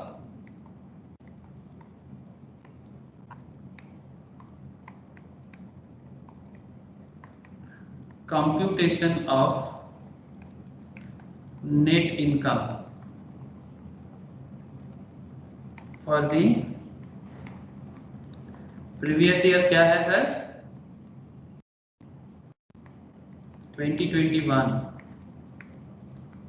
assessment year 21-22। ठीक है, दिस इज द एरिया। अब इसको क्या करेंगे? इसको पर्टिकुलर और एक तरफ क्या करेंगे सर? अमाउंट। ठीक है, एक तरफ पर्टिकुलर, दूसरी तरफ अमाउंट। पर्टिकुलर में income under the head BP. हाँ सर, जो हेड से इनकम हुआ है, बीपी से कितना कमाया sir? 2,60,000। Okay sir income under the head house property 56,000 कमाया sir. Income under the head capital gain कितना कमाया? 1,50,000। 1,50,000 ना? 1,50,000। और क्या है? Income under the head other source. तो 4 हेड से इस पे इनकम है, 20,000 का कमाया सर इनकम। ठीक है, हेड्स का और कुछ नहीं है, तो सारा का सारा हेड्स को ऐड कर दो। क्या मिलेगा सर? 4,86,000। 4,86,000 जीटीआई हो गया सर। सर डिडक्शंस है, deductions under chapter 6A 80C से लेके टू 80U, 80C से 80U तक। ठीक है, फ्रॉम 80C से लेके 80U तक क्या क्या डिडक्शन इसको मिलेगा? अच्छा, मेरे यहाँ पर जगह नहीं बनेगा, मैं नेक्स्ट पेज में लिख रहा हूँ। अच्छा, पहला वाला तो बता सकते हैं आप लोग। बताओ सर क्या डिडक्शन मिल सकता है? सर 80C में Political इसका कोई life insurance life insurance premium, very good sir, very good, ये तो सबसे पहले नजर में आता है। Deductions under section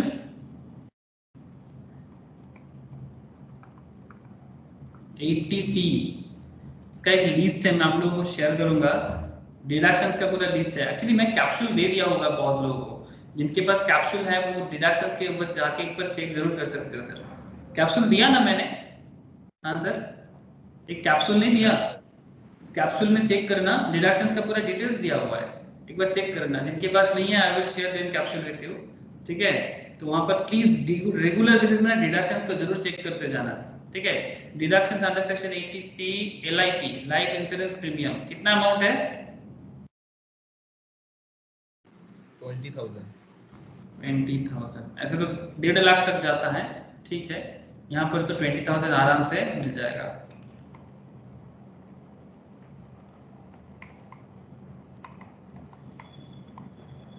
particular amount, okay. और क्या अमाउंट होगा sir? Donation to political party. Donation to political party, very good sir, less कर दो। Donation to political party under section क्या होगा? 80 GGB। GGC सी तो पर्सन्स के लिए है ना।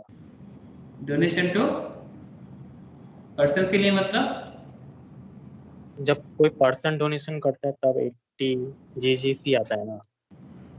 ऐसा तो क्या ये है? तो बिजनेस है। नहीं नहीं ठीक है, ये पर्सन्स का ही बिजनेस है, ये प्रॉपर्टीशिप बिजनेस ही तो है, कंपनी थोड़ी है। इंडिविजुअल तो ना है सर। हाँ ये इंडिविजुअली तो है। एक मिनट रुक सर, देख लेते हैं। अच्छा करो एक बार, फिर मैं चेक कर लेता हूँ। Donation to political party 80 GGC, अगर नहीं है तो मैं एक बार देख लेता हूँ, कोई बात नहीं। डोनेशन टू पॉलिटिकल पार्टी कितना अमाउंट है? 30,000। 30,000। अच्छा, और क्या है सर? इंटरेस्ट ऑन बैंक और पोस्ट ऑफिस डिपॉजिट।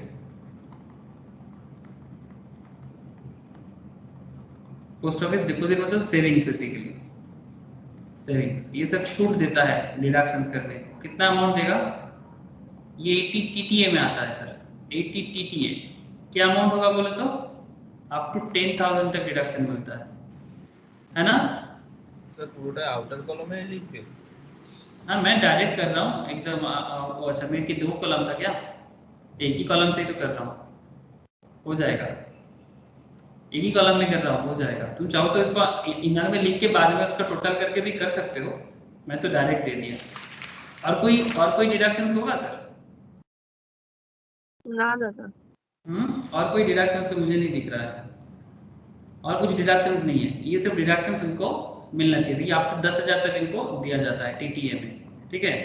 तो क्या हो जाएगा सर अल्टीमेटली आपका जवाब? माइनस करो ना जितना सारा डिडक्शंस लिया है। 4,26,000। Income under the head, sorry income under the head नहीं, ये तो सभी हेड मिल गया है।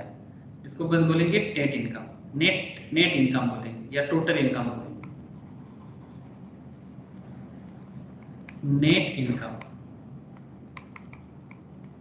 नेट इनकम कितना हुआ सर? 4,26,000। 4,26,000, ठीक है? ये आपका नेट इनकम हुआ। अब टैक्स लायबिलिटी बताओ।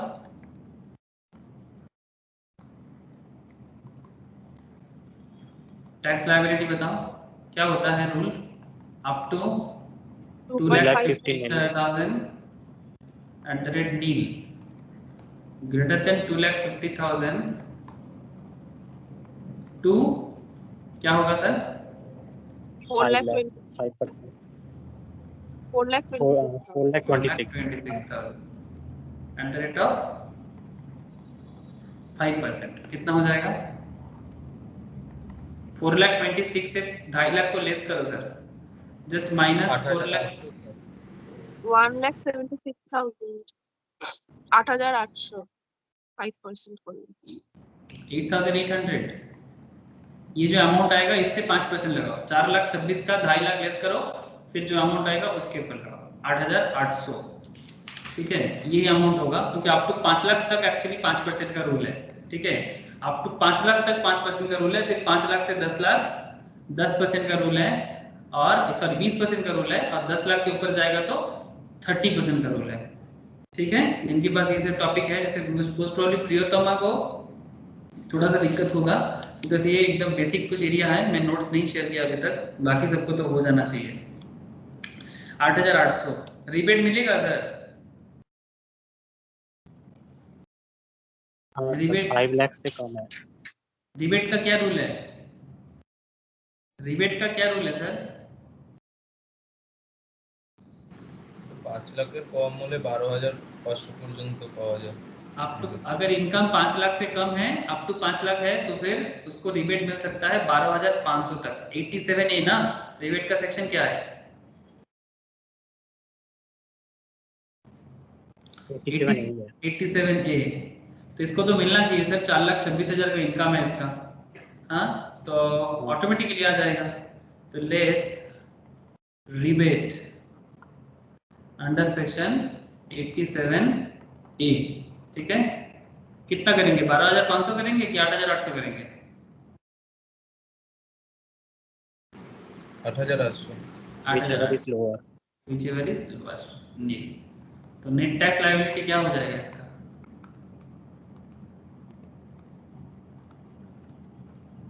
नहीं, कोई टैक्स नहीं देना पड़ेगा सरकार को। No tax sir, no tax.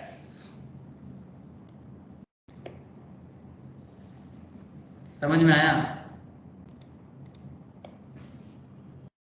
ऐसे और तरह तरह का क्वेश्चंस करने से टोटल इनकम का तो आप लोगों को और धीरे धीरे समझ में आता जाएगा। ठीक है, जितना मल्टीपल क्वेश्चंस करोगे अलग अलग और ट्रांजैक्शंस आएगा। बहुत बड़ा है सर इनकम टैक्स, बड़ा in the sense there are lots of provisions. वो भी गवर्नमेंट हमारे लिए बना के रखा है। ठीक है, हमारे लिए बना के रखा है। अच्छा, लिख लिया आप लोगों ने? मैं एक बार डिडक्शंस का एक चैप्टर के अंदर थोड़ा जाऊंगा। आप लोगों ने लिख लिया?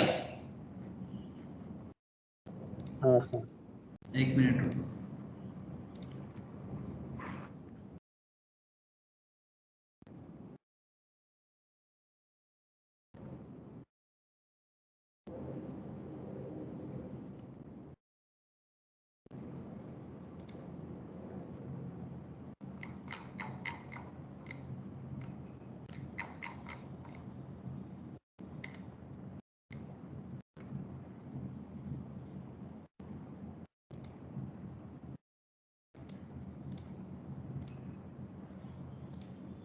ये वाला कैप्सूल सबके पास है ना सर? ये जो कैप्सूल मैंने दिया था जिसमें पूरा का पूरा एकदम एवरीथिंग कॉम्प्लीशंस पे दिया हुआ है, मतलब पूरा टैक्स ना समरीटिकली है इसके अंदर। इसमें बेसिक कॉन्सेप्ट प्रियोतमा के पास नहीं है, बाकी आस्था के पास भी शायद नहीं, बाकी सबके पास होना चाहिए।